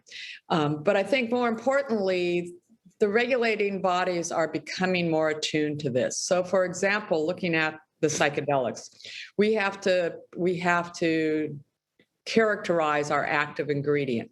We have to identify it and be able to define it so that we can make our drug substance and put it into a drug product, whether it be an oral, an injectable, or a transdermal. That process all has to be done. And then we move into clinical. And so we have to go through phase 1, which is safety. If we move this straight through, we'd go to phase 2 for safety and efficacy, the large pivotal phase 3 trials, submit all your documents to the regulating bodies, the FDA or Health Canada, and they will review and approve. I do believe that there is a middle of the road specifically for the whole plant botanical fungi. And that is after safety, we've already seen Canada has already come up, Jamaica, Oregon here in the United States, even more finely tuned. We've seen Berkeley step forward, Denver and Washington, D.C. are moving forward with their expanded programs. So I think we're going to see a way to get access to people more quickly by getting us through the phase 1, demonstrating safety and putting it into the hands of clinicians who can then treat patients. So I think this is really a good step. And the only last thing, because I just saw Sarah pop up, is going back to cannabis. GW is a big pharmaceutical company today. thanks to their success not only in Sativex, but more recently in Epidiolex. And I put a panel together years ago with Alice Mead and Ethan Rousseau. And Alice Mead is legal counsel for GW. And she reminded me very clearly that what's approved is the drug product. So the fact that cannabis still remains a Schedule I drug in the United States did not prevent Epidiolex to be approved by the FDA, covered by insurance, prescriptions written, and patients treated. Wild. So thank you, everyone. We do have a few audience questions, so I'd love to just jump into that while we have a few more minutes. So Dr. Strause, this is probably going to be for you, but has there been an impairment baseline established with psychedelic dosing? Wow. Not to my knowledge. And I follow we have some clinical research going on. Most of the clinical studies are focusing on macrodosing. And I won't get into it, but it has a lot to do with the protocol design and how quickly you can get to your endpoint as compared to microdosing. How interesting. And, just from consumers' ends, the microdosing is really what seems to be popular from that end. So, right. But they're taking that. Nobody's going to stand up and raise their hand right now because, yes, guilty as charged. I have a lot of friends who microdose. Me too. And you'd be very surprised, right, about who it is. So that's interesting. And it'll be interesting to see how open people get down the line too. Just don't ask them where they got it. That's right. Exactly. Don't ask, don't tell. That kind of brings us, I think, back to the part of the conversation earlier and the parallels. And I think right now we're starting to see states open up here in the U.S. much the way they did 20 plus years ago with medical marijuana. And I think you're going to see some kind of, like Dr. Strause said, a middle of the ground road when it comes to that front. Absolutely. And so the next question is, how different is the Canada market compared to the U.S. market when it comes to licensing? I'm assuming that's probably focused around the legalities of getting these various compounds through the regulatory bodies. I'm not as familiar with Canada. Dr. Strause would probably be a little bit better with this from the U.S. perspective. I think Canada has opened up quite a bit more than the U.S. has recently, and I think they're on a much more fast track than the U.S. is right now. But I'll let David or Linda jump in on that too. Do you want to go ahead, Linda? I was going to, all I can do is reiterate what Cecil said, and that is the models that we see in Oregon here in the United States is all across Canada. So Canada has definitely opened freestanding health clinics specifically for the treatment of mental illness and for the use of psychedelics in that treatment. And I think the anecdotal data is pretty powerful, and the clinical trial results and the recent MAPS study. This is really powerful. Somebody said earlier about education that facts, I like to say facts drive knowledge. Knowledge will set you free, but it's not a license to do whatever you want. It's the privilege to use that knowledge and use it appropriately in delivering these potentially very successful therapies to treat illnesses that we haven't been able to treat forever. I have been, as Cecil said, in oncology clinical research probably for the last 15 years, but I actually began in CNS studies. And I think the toughest thing for us to realize, and it was a real lesson now when I look at people who are on medications for depression, anxiety, schizophrenia, these horrible diseases, that you think you're better, so you stop. Like, I have a headache, I take aspirin, it's over, I don't take another aspirin. That is not the way mental illness. This is changing brain patterns and biochemical pathways. You are on these drugs for life. Yeah.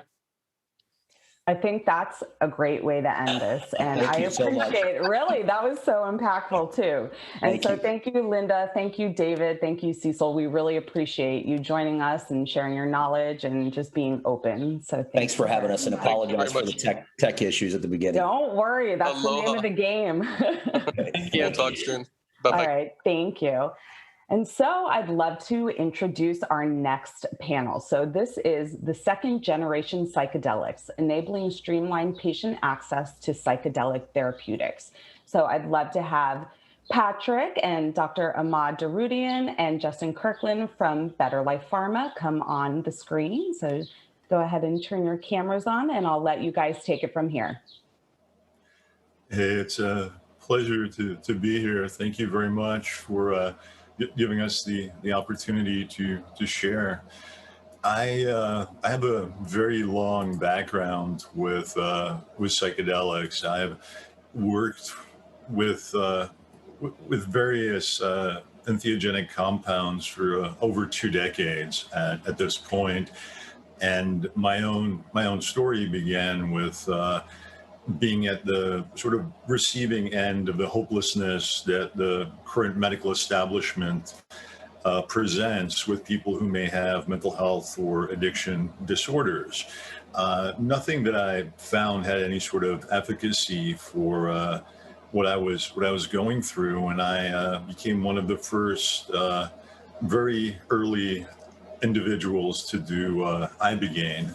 And this was back in the 1990s when there were fewer than about 1,000 people worldwide outside of the indigenous people in Gabon and Cameroon who had ever used it. And to make a very long story a lot shorter, it worked. It did something that absolutely no other molecule that existed back then, or right now for that matter, accomplished. And it was completely life-changing for me. I wound up being recruited by a lady named Dr. Deborah Mash, who is an amazing person to work for the Department of Neurology at the University of Miami's.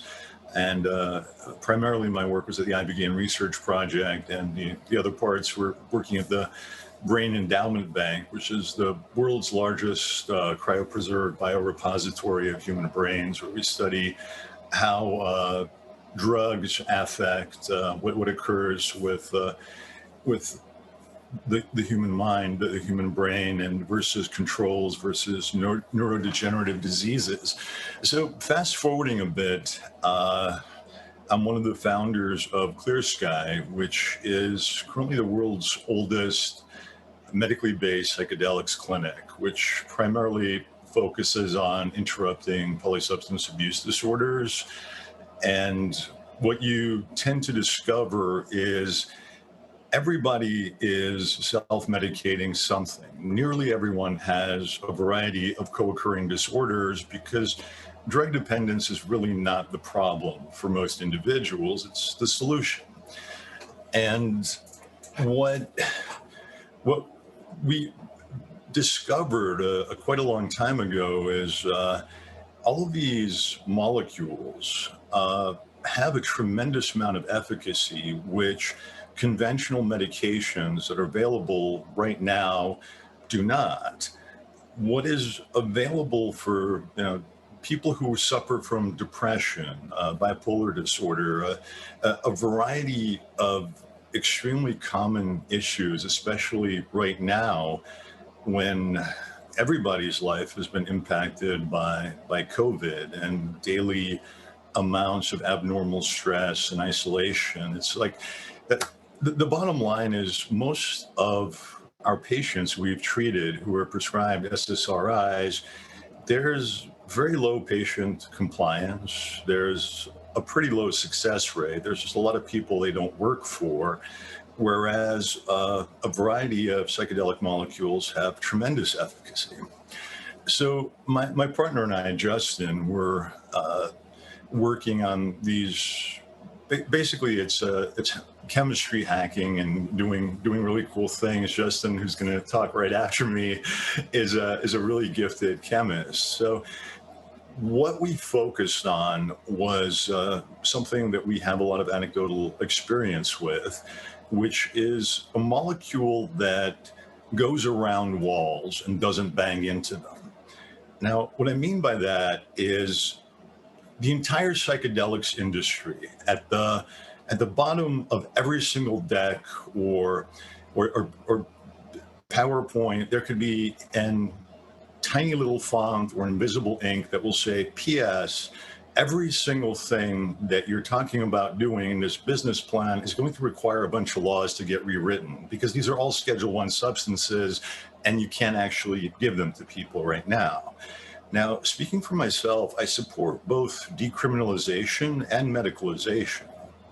And I absolutely believe that we're moving towards a better, more enlightened world where everyone will be able to find the form of assistance that is best suitable to them. But the last mile problem with psychedelics is pretty significant. It involves building out this gigantic infrastructure of clinics and individuals who are trained to, facilitate psychedelic experiences wherein patients are in a very sensitive kind of altered space.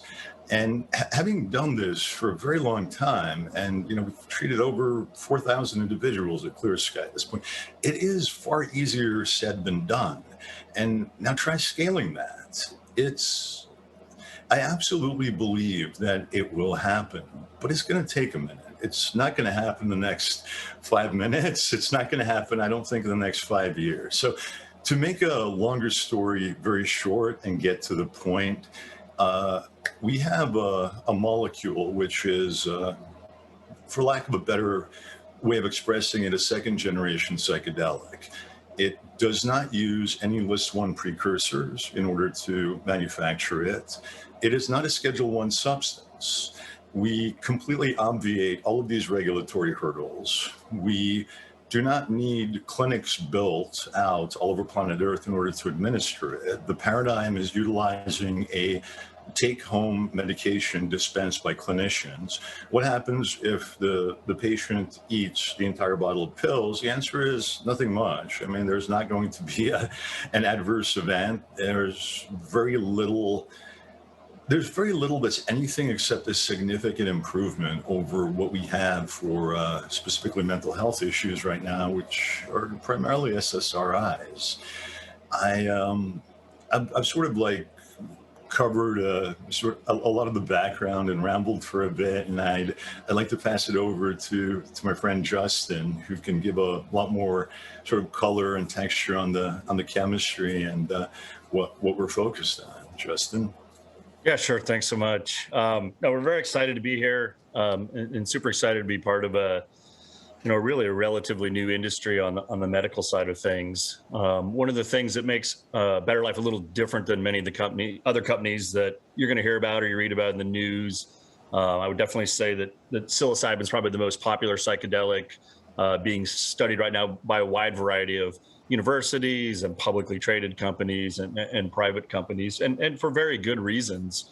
In our case, as Patrick suggested and mentioned, we've taken a look at new drugs and old drugs, for that matter, that are not controlled substances. So our current lead compound that we're going to be entering into trials for major depressive disorder is brominated LSD. So it's the actual LSD molecule rather.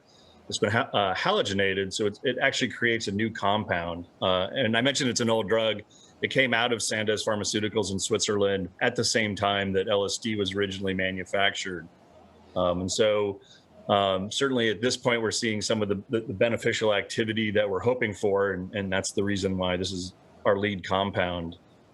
In the meantime, we're generating new libraries of compounds, new intellectual property, new delivery systems for psychedelics. We're really looking at, the entire industry from the clinical side of things. And I think that's one of the major differences you'll see from my experience in the cannabis industry versus the psychedelics industry is that certainly our business model is to go through very classical clinical trials with the goal of getting the drug approved by the FDA. So we're approaching all this from very at the very beginning, from day one, through a pretty traditional pharmaceutical approval process. And so in that sense, the industry is a little different, but it's certainly an exciting area and place to be. It's really exciting to be not only working with these types of molecules, but on a lot of these unmet medical indications with mental health. And, certainly with, we're all here on a Zoom call versus standing in a huge room because of COVID, which has certainly just elevated the volume of stress and anxiety globally. And I can't mention enough how excited we are to be certainly working in this area of medicine. Thank you very much for sharing that. I would finally like to sort of pass it over to Ahmad. For myself and Justin, what was very exciting about the opportunity to sort of work with BetterLife is there is a very large collection of very talented individuals who, as I put it, we have alphabet soup. Everyone has an MD, a PhD. Everyone's worked at big pharma. Everyone's from some university that we've got. It's a group of people who are extraordinarily familiar with the process of medicalizing a molecule from, toxicology, preclinical, obtaining INDs to moving everything through, phase 1, phase 2, phase 2B clinical trials onwards. And for the most part, there are a lot of people who have, never mind not done psychedelics, they've never smoked a joint in their lives. So for them, we were sort of an interesting different perspective on where they could focus. And it's been really fantastic having the opportunity to work with the entire group of people that Ahmed has put together. And let me pass it over to Ahmed. Thanks, Patrick. Glad to be here, everyone. We are, as Patrick said, the core team is big pharma experience, drug development, CMC, chemistry, manufacturing control, and putting all of that in a package that can be put in front of the FDA as an IND that can be accepted as a proper medication. I'm the CEO, so I look at everything. And my job, I'm a scientist by training. I have a PhD in pharmacokinetics and drug metabolism, but most of my work has to do with science, is putting the best group of people together, looking at the economics of it, capitalizing the company, and delivering shareholder value in a way that makes sense. The investors come in, and that's why we got excited about what Patrick and Justin had done back in December, getting into the psychedelic space. And I love what they had done in terms of their approach with non-hallucinogenic compounds that have the same properties or their analogs of very well-known psychedelics. So from our point of view, very de-risked approach in a way that you can go in this new massive space that's opening up. People are not shy about talking about mental health, and coming on the back of the cannabis experience, we know that there's going to be a lot of groups that can deliver these or take psychedelics, or look what happened with cannabis, but it was a GW Pharma that took a purified liquid of CBD and got it approved for seizures, and made a $7 billion company out of it. So my job, from looking at from investors' point of view, and delivering shareholder and creating a lot of value in this company, is put this together. It made a lot of sense, and my team, from the chemistry side of it all the way to regulatory and manufacturing and clinical, and looked at this, and we've been working very hard in the last 5-6 months to get this through a proper package for the FDA. We have brought in a lot of the panel discussions so far was around great science, clinical people, and we've done that. If you look at our press releases, we're already public. You will see that this team is really on track, and the model made so much sense to me because we believe that psychedelics are going to work. We know LSD works. We know ibogaine and all these works, but the economics of it, as Patrick said, I mean, they've treated 4,000 patients in Clear Sky. if you want to treat 9 million patients of people who come out and they need treatment for depression, how many more clinics do you need? So for us to be able to develop a product, you can go to your Walgreens and Duane Reade and your neighborhood pharmacy, fill that prescription and go home like you do with an antibiotic and get that treatment. The economics of it was completely different.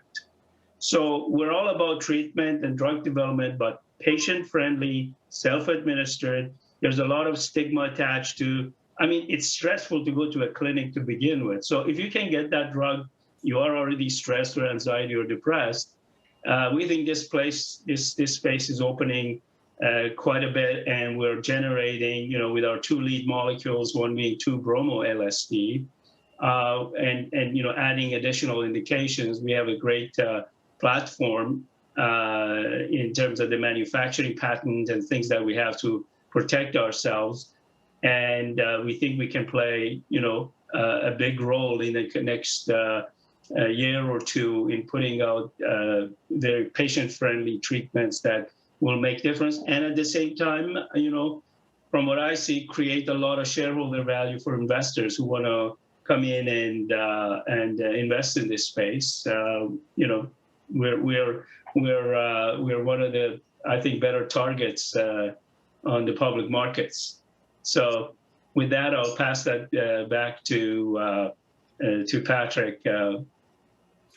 Yeah. So fundamentally, the focal point of what we're looking at is, again, molecules that can actually make it to market as rapidly as possible in a reality-based manner that does not require wishful thinking.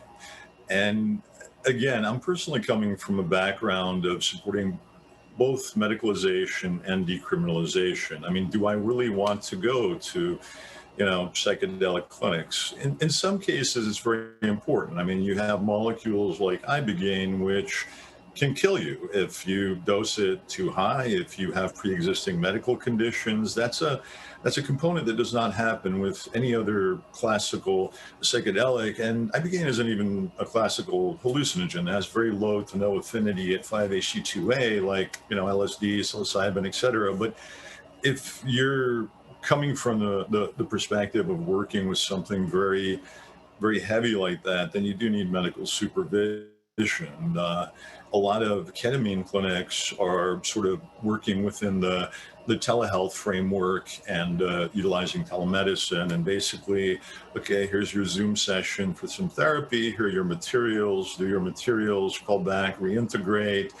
And that is seemingly pretty cool and kind of workable for very low doses of molecules that do not have any potential danger and are not going to cause an adverse event or a critical incident. And what we're left with is basically, what can we give human beings right now that is not violating the laws of the United States and various other countries like Canada, however barbaric and silly those laws may be with regards to psychedelics, and does it work? Anecdotally, do we have a lot of experience working with this? Do we have a lot of evidence that it positively impacts people's lives and is significantly better than other molecules that are available? Yes, we do. So that's basically the core of everything that we're doing. We have additional molecules that are targeting anxiety in particular, and that's basically the entire class of drugs, benzodiazepines, which would include Xanax, Clomipene, Valium, Ativan. Ibogaine doesn't work for any of those. It's actually an inverse agonist at GABA receptors. It does absolutely nothing. So whatever dose you're on, you can do ibogaine, you're still on it. We have something called DHHB, which has a tremendous amount of efficacy in terms of allowing people to step out of benzodiazepine dependence. And that's another cool chemistry sort of that Justin has created, and maybe you could share a little bit about DHHB for stepping off of benzodiazepines. Yeah, so one of our current compounds we're looking at entering into clinical trials is dihydrohinoki-B. It's actually a naturally occurring product in the magnolia plant. It's a really exciting molecule in that we've seen some efficacy in treating anxiolytic use disorder, which is really just a big mouthful of words for treating withdrawal symptoms associated with a Valium or Xanax type drug. And what we're seeing certainly on the business side or statistically, again, being in a pandemic environment, we're seeing that the prescriptions for these types of compounds for treating anxiety are substantially on the rise. More of these drugs are being prescribed than ever any time in history. And we've seen certainly in some of our small clinic studies that this compound makes great substitution therapy to wean people off of these anxiolytics while still assisting with anxiety, but not creating any type of withdrawal symptoms from overuse. So again, as Ahmad mentioned, we've sort of de-risked this whole process and are approaching a new treatment with a new compound that we're super excited about. We're also, and as a company, so we've got intellectual property pending in this area. We have a really nice library of issued patents as a company in a wide variety of areas, both cannabis, psychedelics, drug delivery systems, formulations, different medical indications. And so I feel like the company's a little mature in this area. And then we're continuing to grow with new compounds and new indications like PTSD, as we fund and grow our library, our ongoing discovery programs as well. So it's really an exciting time and place to be, both on the chemistry side, the medical side, the clinical side, and of course the business side as well. Yeah, if I can add to that, I think for our thing is our products, our approach. We don't need any laws to be changed. I think Patrick, talked about that. For us to get our products approved, patient recruitment, clinical trials, from drug substance to drug product, we don't need any laws to be changed. And we know that's an arduous step for any kind of approval to get through. So the path we're taking, and if it's, I was mentioning this in another presentation, it's like, supercomputers versus your laptop you use at home. I mean, we still need supercomputers, but you have to go to a lab or MIT or a university to use it. Imagine, LSD is a supercomputer. It works. You need to be in a medical clinic under supervision, trained staff, clinicians, versus a computer you can use at home at the privacy. Which one can get? Obviously, both have uses, but there's room for both of them. But we think in terms of, someone was mentioning 500 million people in the world are suffering from depression and anxiety. To treat that, a fraction of the fraction, still millions of people, it doesn't really work economically to create all these new clinics and leases and staff and brick and mortar stuff that you need to build to accommodate that. So our path is quite distinguished that way, that we don't need to be building any new clinics or changing any laws. So that's our model. I just wanted to sort of wrap up some of the thoughts, I guess, with regardless of the opinions that myself and multiple individuals have expressed on this panel regarding the potential length of time it may be before adults are able to be dosed with psychedelic compounds within the United States. I think that it is absolutely fantastic that the mainstreaming of psychedelics is occurring. I honestly did not think I would ever see this moment in time happening within my own lifetime, because it's like working in the psychedelic ghetto for decades and suddenly all of these molecules are being re-examined from a very reality-based medicinal perspective, and in terms of what do they do, how do they work, and what do they provide human beings that current medications are not effective for. Thank you very much.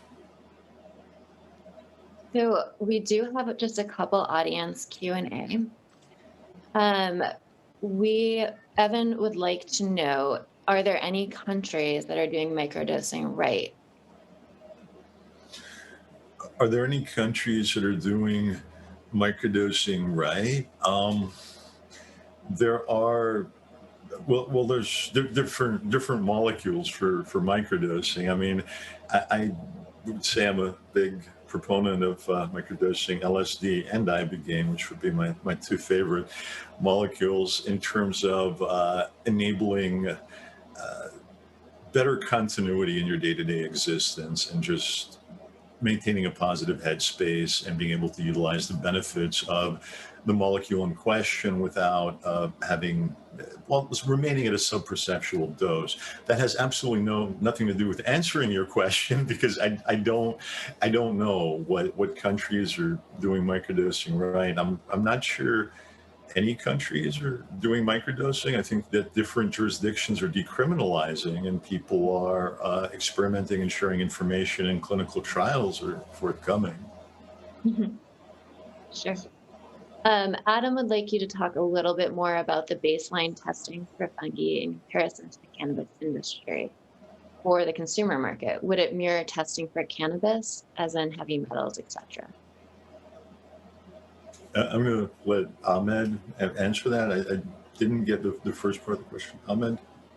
Can you repeat that? I couldn't Yeah, hear sure. Adam would like to say, would like you to talk about, what do you see as the baseline testing for fungi in comparison to the cannabis industry for the consumer market? Would it mirror testing for cannabis? Yeah, so I think that question is a little outside of the scope of BetterLife. However, I have a background, and I think what you'll see with companies that are in the actual mushroom area, they're still running fully GMP facilities with potency testing, microbial testing. So yeah, I think you'll see it very, very similar to the cannabis industry, and maybe even beyond, since it is a medically regulated product. It'll probably be full GMP, which would be a higher step up. Sure. Yeah, I think short answer is yes. Thanks, Ahmed. Last question for you. What are some of the most common patient concerns and stigmas? Oh, the stigmas, they're endless. Being a drug-dependent individual, having mental health issues, you're treated like a second-rate citizen. The system in general is horrifying. It's just... It goes on and on. I mean, drug-dependent individuals and people who have mental health issues have not been treated very well by society, and not really judged based upon their actions so much as what their diagnosis and what molecules they may be attaching to their receptors. And hopefully in this period of change, a lot of the stigma will be lifted and removed for what are at the end of the day medical conditions. They're not character defects, or we're moving towards a better period of time. I feel and I hope, and I sort of see that unfolding. Great. Well, thank you so much. Thanks, Patrick. Thank you, Ahmed. Thank you, Justin. We'd like to welcome Sarah Falvo back to the stage to moderate a conversation with Robert Mandel of Zuber Lawler about truths and myths regulating the psychedelic landscape. Thank you so much, Laura, and thank you to the other panelists. So I'd love to bring Robert up, and let me give you a little bit background about him. So Robert Mandel is a seasoned litigator and heads the appellate practice group at Zuber Lawler, LLP. He is deeply involved in the firm's cannabis and psychedelics practices. Based in Phoenix, Robert is often credited for having saved most of Arizona's budding cannabis industry through his advocacy before the Arizona Supreme Court. He has spent the better part of 27 years handling complex, high stakes, and often high profile appeals and serving as embedded appellate counsel on trial teams. A peer-reviewed attorney, Rob has been listed for several years in the Best Lawyers in America and Super Lawyers magazine, Southwest Super Lawyers, for his expertise in appellate practice. He's a cum laude graduate of the University of Michigan Law School. Hi, Robert. How are you? Hey, Sarah. Great. I'm so happy to be here. Thank you. I don't know what to think about being last. I'm not sure if that's the compliment or something else, some other message. No, I love it. We're going to wrap it up in a tight little package, so it's all good. But I'm so happy to chat with you today. You and I had a couple calls to go over just, some of the topics we were going to talk about. And in those calls, you provided so much information about the space that my mind was blown. So I'm excited for you to share just, what you've been doing, what's going on in the space. So let's jump right in. Sure. So, well, yeah, go ahead. No, you go ahead. No, I'm just kidding. So let's start with this. So as a law firm, why did you decide to have psychedelics as one of your focuses?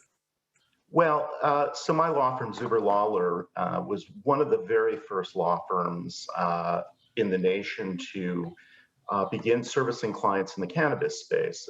My partners in California were involved, 15 years ago, and I think that they did that in large part because we are the type of attorneys at our firm that sort of boldly go where no one has gone before, and you really do have to be bold in these industries, like the panelists we've heard from today. I think people need to appreciate how bold they are in their endeavors. Well, lawyers have to be bold as well, for many of the reasons that were discussed today, particularly the fact that these substances are still illegal in the United States and abroad. And so what we've done, and we deeply believe in plant medicine, cannabis for one, but now when we get to things like psilocybin and these other psychedelics, we believe equally in that these things are going to make for a better world in the future. And what we've done as a result is, assembled this sort of diverse team of talent that folks in this industry need to have at their side as the industry transitions from sort of a subversive underground culture into a legitimate, profit-making sector of our economy. And that's why we've brought together folks like, we've got intellectual property lawyers. Hear my dog in the background. It's inevitable. Of course, Murphy's Law. We've got, what we've done is we've brought together, we have a PhD in pharmacology in our lawyer ranks, named Jayashri Mitra. She's got a PhD from Yale. We have Steve Krishansky, who's got a PhD from Berkeley in botany. And we have an assortment of experts in business law, criminal law, admin law, all of the sort of things that people in this industry would be foolish not to have lawyers at their side helping them with, because as we've mentioned several times today, there's a great deal of risk still. We're super excited about helping these folks find their way into the industry and being able to actually do these things lawfully. And what we're doing at this stage, given the state of the law in the United States with respect to psychedelics, is a lot of patent work. We assist clients with patenting molecules in the psychedelic space. That's very important, and you can do that at this stage. A lot of branding work for entrepreneurs who want to be ready to go as soon as psychedelics become decriminalized in the United States, or just a moment, or at a federal level. And we do some deal work, particularly in connection with things like venture capital in the industry, and things along those lines. We obviously do criminal defense work in connection with Schedule 1 drugs. And then, of course, not all of these psychedelics are Schedule 1. Ketamine, which was mentioned before, is a Schedule 3 drug, and we do quite a bit of work in the area of the corporate practice of medicine, helping to set up ketamine clinics and the like. So long-winded answer to your question, but it's sort of what we're up to. No, but that's super helpful because especially because psychedelics or, psilocybin is on the Schedule 1, it does, what do you do as a law firm that, is in that legal scope? So thank you for telling us that, because I think people forget how many things happen behind the scenes to create a company, and especially one in such a regulated space. So I think you guys kind of, blazing that trail is really important, because you're getting all these people set up and ready for when it really does kind of explode. Right. And I think, also having your experience in cannabis, you've seen a lot of things from that industry that, may be parallel in a way, but also are very different. So, can you talk a little bit about that, actually, like the similarities of both industries and the differences? Well, one of the big similarities is that you really have the same constellation of laws that you have to be dealing with. Obviously, we've been dealing with the cannabis industry for 15 years, and so there is a lot of carryover in terms of the laws that you need to understand and navigate. I think a lot of folks fail. Ordinary person would not normally think about this, but when we talk about the legalization of these substances, we're really not in the United States. We shouldn't begin our discussion with the Controlled Substances Act. A lot of people like to focus on that first because they know a little bit more about that. But the reality is that we have to look at first are the international treaties that the United States and 185 to 195 countries are signatories to with regard to drug regulation. And the three big ones are the 1961 Single Convention on Narcotic Drugs, the 1971 Convention on Psychotropic Substances, and the 1988 Convention Against Illicit Traffic in Narcotic Drugs and Psychotropic Substances. And the reason it's so important to understand these treaties is that, just for those of us who wonder why does it take so long, why is it so difficult to get these substances, whether cannabis or psychedelics, legalized in this country, well, you have to go to the treaties and understand that the reason is because the United States is a party to those treaties, and those treaties impose very strict prohibitions on a variety of different activities relating to these substances. And probably the one that's the most pertinent is the 1971 convention, because that's the one that has they all have schedules, different schedules, where they list different drugs. The Schedule 1 to that particular treaty includes most of the psychedelic drugs that we've been talking about today. And so, once you really do have to get past these treaties before you get to a discussion of the Controlled Substances Act and what the future holds for changing where psychedelic drugs are scheduled. They're mostly Schedule 1. To understand, sort of the roadblocks at the federal level before you get to legalization. Then you get to the Controlled Substances Act, and then of course, and I don't know if you can hear my dog in the background scratching to get in. It's very nice. I might put her on this Zoom. I was going to say she wants to be a part of the conversation. She's been learning a lot about psychedelics and cannabis laws. Yes, we all have, right? Right. But in any event, when you talk about the Controlled Substances Act, which again is parallel between cannabis, it's equally relevant to psychedelics. You have to understand its history, which is that it came about as a result of the 1961 convention, and not solely as a result of that, but in large part as a result of that. And it was U.S. Congress's way of effectuating that particular treaty. And it also happens to have been as a result of the fact that in May of 1969, the U.S. Supreme Court decided that the Marijuana Taxation Act was invalid. That was a Timothy Leary lawsuit. And so for about 1 second in the United States, cannabis was legal at the federal level. And a lot of folks don't know that, but it was shortly after that that Nixon signed the Controlled Substances Act. And, you know, it's sort of funny because the act itself calls itself a comprehensive statute designed to rationalize federal control of dangerous drugs. I think a lot of people on this call or on this Zoom would probably question the term rationalize in the context of, you know, how they went about scheduling, you know, one drug versus another, putting cannabis on Schedule 1, but putting cocaine on Schedule 2, and so forth. But so anyway, back to your question was, you know, what are some of the parallels? Those are, you know, two of the big parallels. Now, where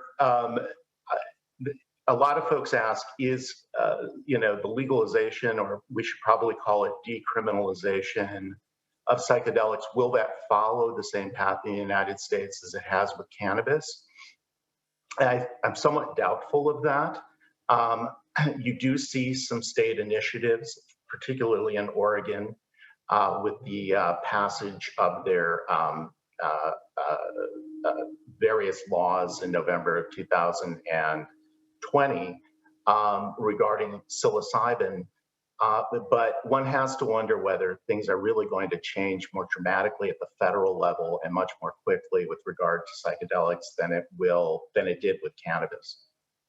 That's really interesting. Yeah. And can you give the audience just a high-level overview of where we are with psychedelics right now? And that just means in terms of, you know, the pockets of decriminalization, you know, are you allowed to use, are you allowed to manufacture? So I know you and Zuber Lawler as a firm are doing these kind of, you know, side projects. So how does that kind of relate into the grand scheme of where we are with all of it as it relates to psychedelics?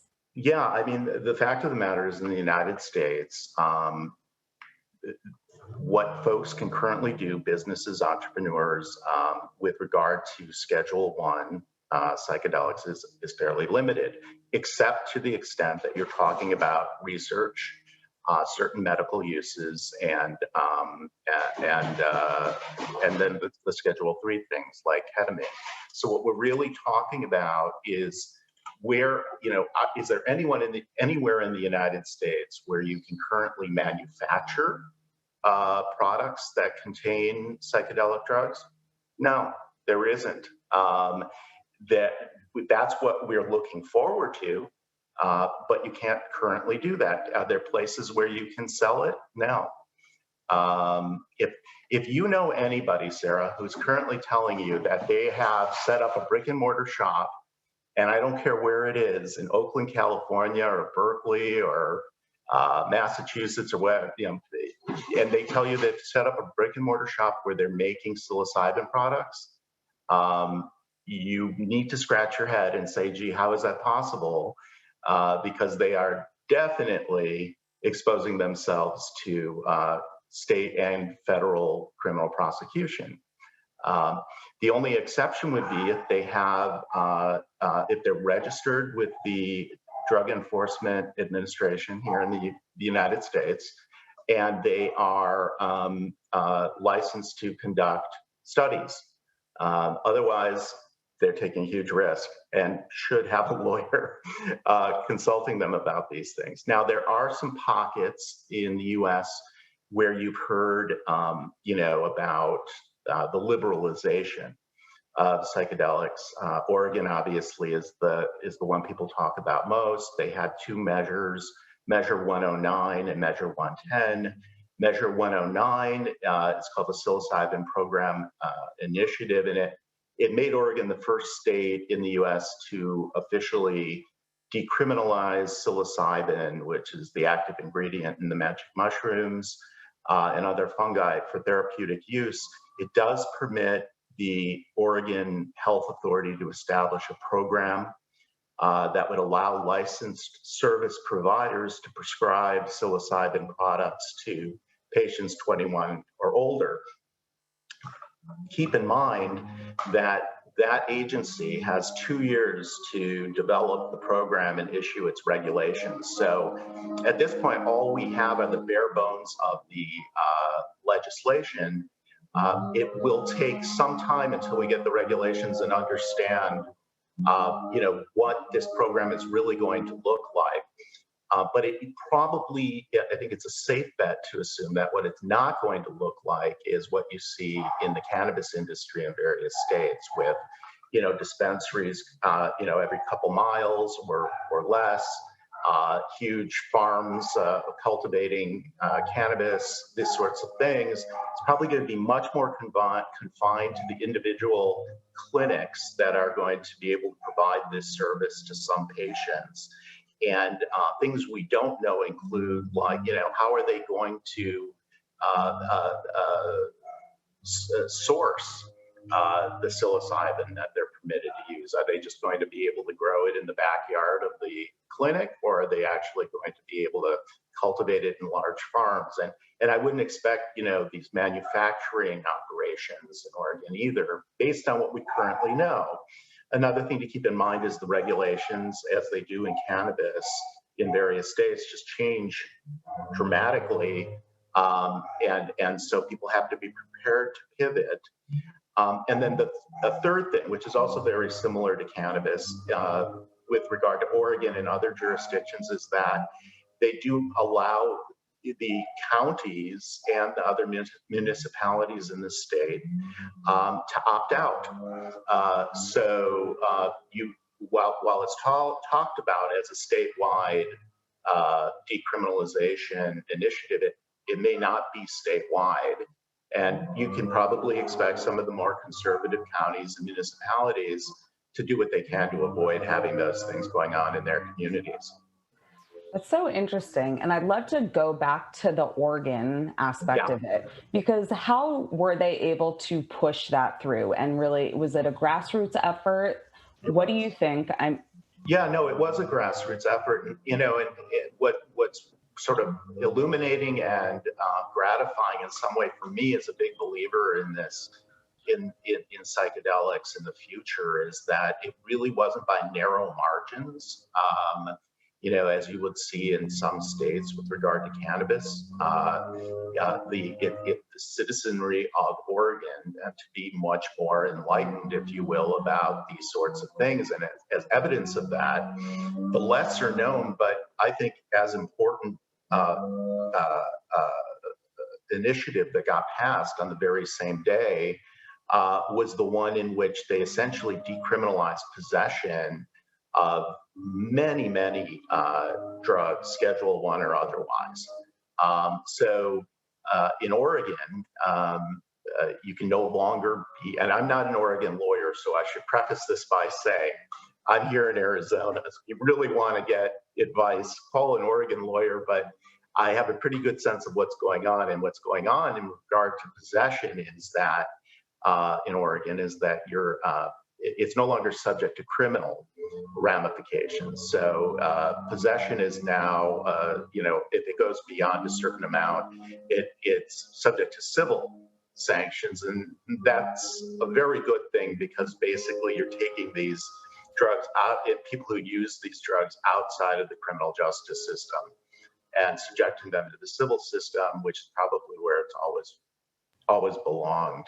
Now you have other jurisdictions, beyond Oregon, who have done various things, and there's a lot of talk about these places. You've got, it started with Denver, of course, but the list would include Northampton, Massachusetts, Somerville, Massachusetts, Cambridge, Massachusetts, Oakland, California, Santa Cruz, California, Ann Arbor, Michigan, Washington, D.C. All of these places had, at the municipal level, enacted um, uh, uh, ordinances that make possession of psychedelics, specific psychedelics, the lowest tier of sort of interest for law enforcement authorities in those jurisdictions, right? So, what they've essentially done is they've said, the city cops are not going to come after you for possessing these things. But the myth is that because these ordinances have been passed, you're free to do whatever you want with regard to these substances, and that is truly a myth, because all of them are still criminal under state law, which means maybe the city cop doesn't arrest you, but the county sheriff or any of the county sheriff's deputies will. And of course, the federal government is always free to come into any state, and if law enforcement officials can come into any state, even with regard to cannabis, it's true, and enforce federal law. So it's exciting to see that these cities have done what they've done. I think as a symbolic measure, it's fantastic, and maybe it's a sign of things to come, but it is not yet. It does not mean that you're free to do what you want with these substances in those jurisdictions, and you need to be guided by an attorney with respect to what you can and cannot do.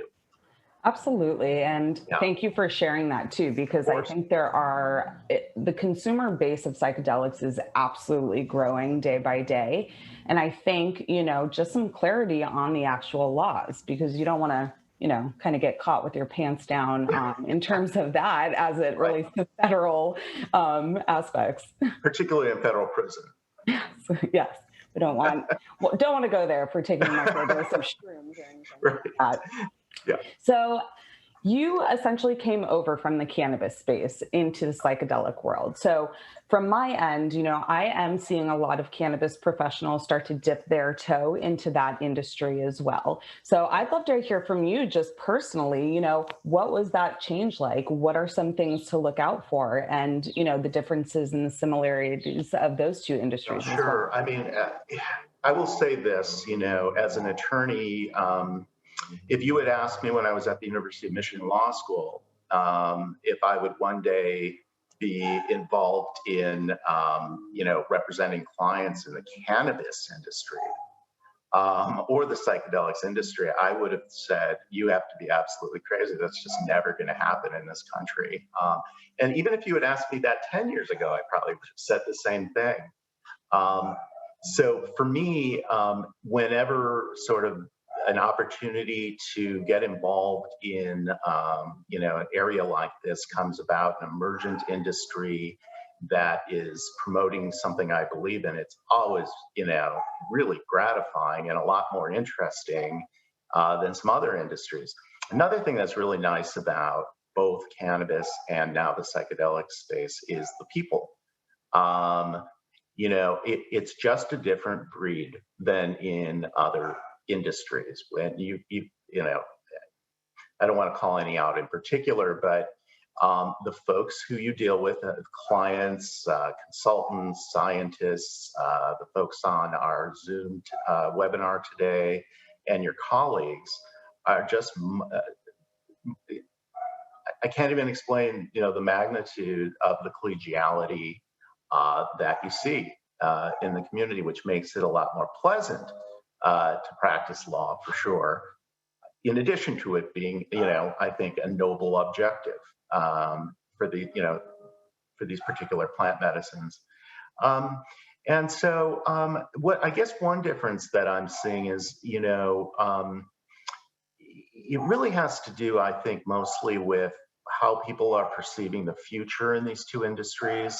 I think that folks what I'm seeing is that folks who are becoming more interested in investing, or who have already invested in the psychedelic space, probably are foreseeing, much more federalized sort of regulatory regime much sooner than those in the cannabis space. Those in the cannabis space, I think, are currently of the view that it's going to stay a state regulatory issue for quite some time. there are those who believe and hope otherwise. I would caution some of them to think about maybe some of the legal consequences if that does happen, because it may not be as conducive to their business interests as they may think. But when you're talking about psychedelics, I think because you see the federal government, perhaps because psychedelics carry less of a stigma than cannabis, which kind of blows my mind in some ways, because you see the federal government doing things like permitting, breakthrough drug therapy licensing to companies who are running studies. You see that the federal government seems to be more amenable, at least for the time being, to a future for these substances. And I guess because we've heard it a few times today, people are talking about the big pharmaceutical companies, and I think what I foresee at least is these companies allowing the smaller businesses who are doing the studies and the research to sort of spend their own money and capital doing so to develop these substances and get them approved. And then I think they're just going to come in and gobble them all up. And so, perhaps there's a shorter term trajectory for the small to medium sized businesses in these industries than there is in the cannabis space. That's really interesting. And another panelist on a prior panel said something even about the banking and issues that, psychedelics don't necessarily have the same issues as cannabis, which kind of blows my mind. So, we are all saying like psychedelics is the next wave of what the cannabis industry was, but it's different. It really is. There's a number of differences. It is. And you reminded me, I know we're running out of time, but you still have the, IRS 280E issue, right? The bane of everybody's existence. Correct, right? And the sort of draconian tax law that precludes you from deducting normal, business expenses from gross revenue in order to determine your net taxable income as a business. And that can, effectively result, in a doubling or tripling of your tax rate. And if in fact,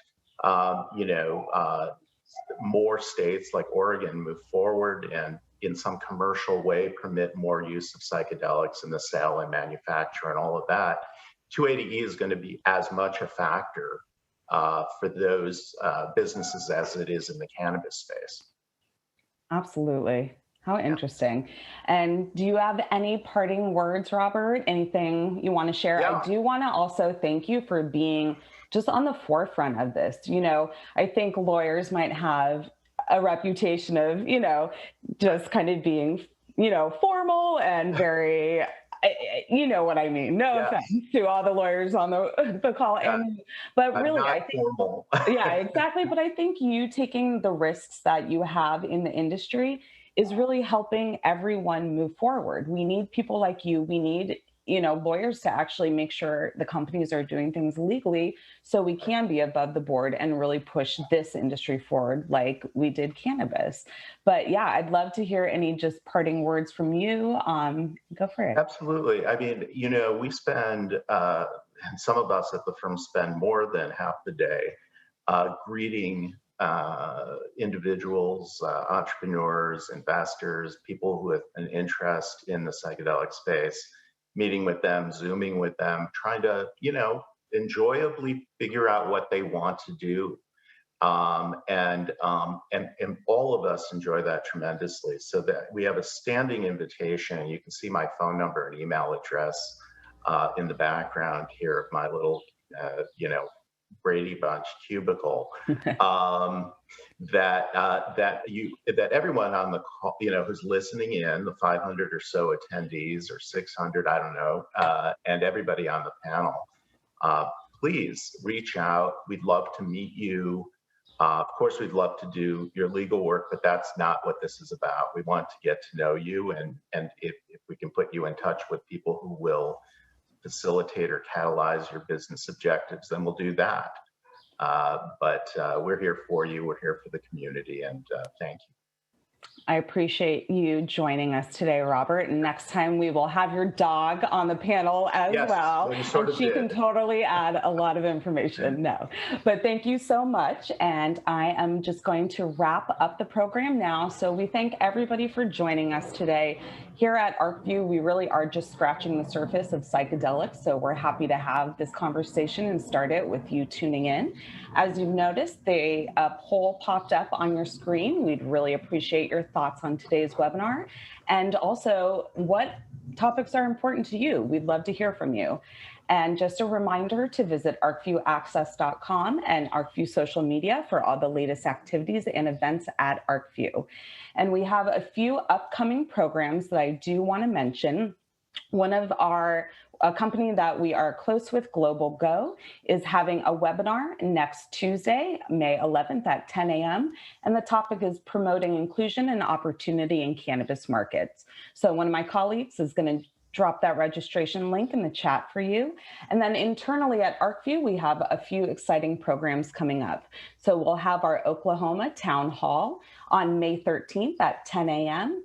We also have a Women's Inclusion Network mentorship workshop, and the topic is Lessons Learned from 15,000 Pitches, and that is being led by Angela Lee, and that's for WIN members only. So if you're not a member of our Women's Inclusion Network, we encourage you to check it out on our website, arcview.com/win. And then our last program is Arcview Access, and it's on diversity and social equity in the cannabis space, and that is happening on May 27th at 1 p.m. So we'll leave the survey up so you can finish that off. And we really appreciate you joining us today, and we look forward to having you on another Arcview program. Thanks, everyone. Bye.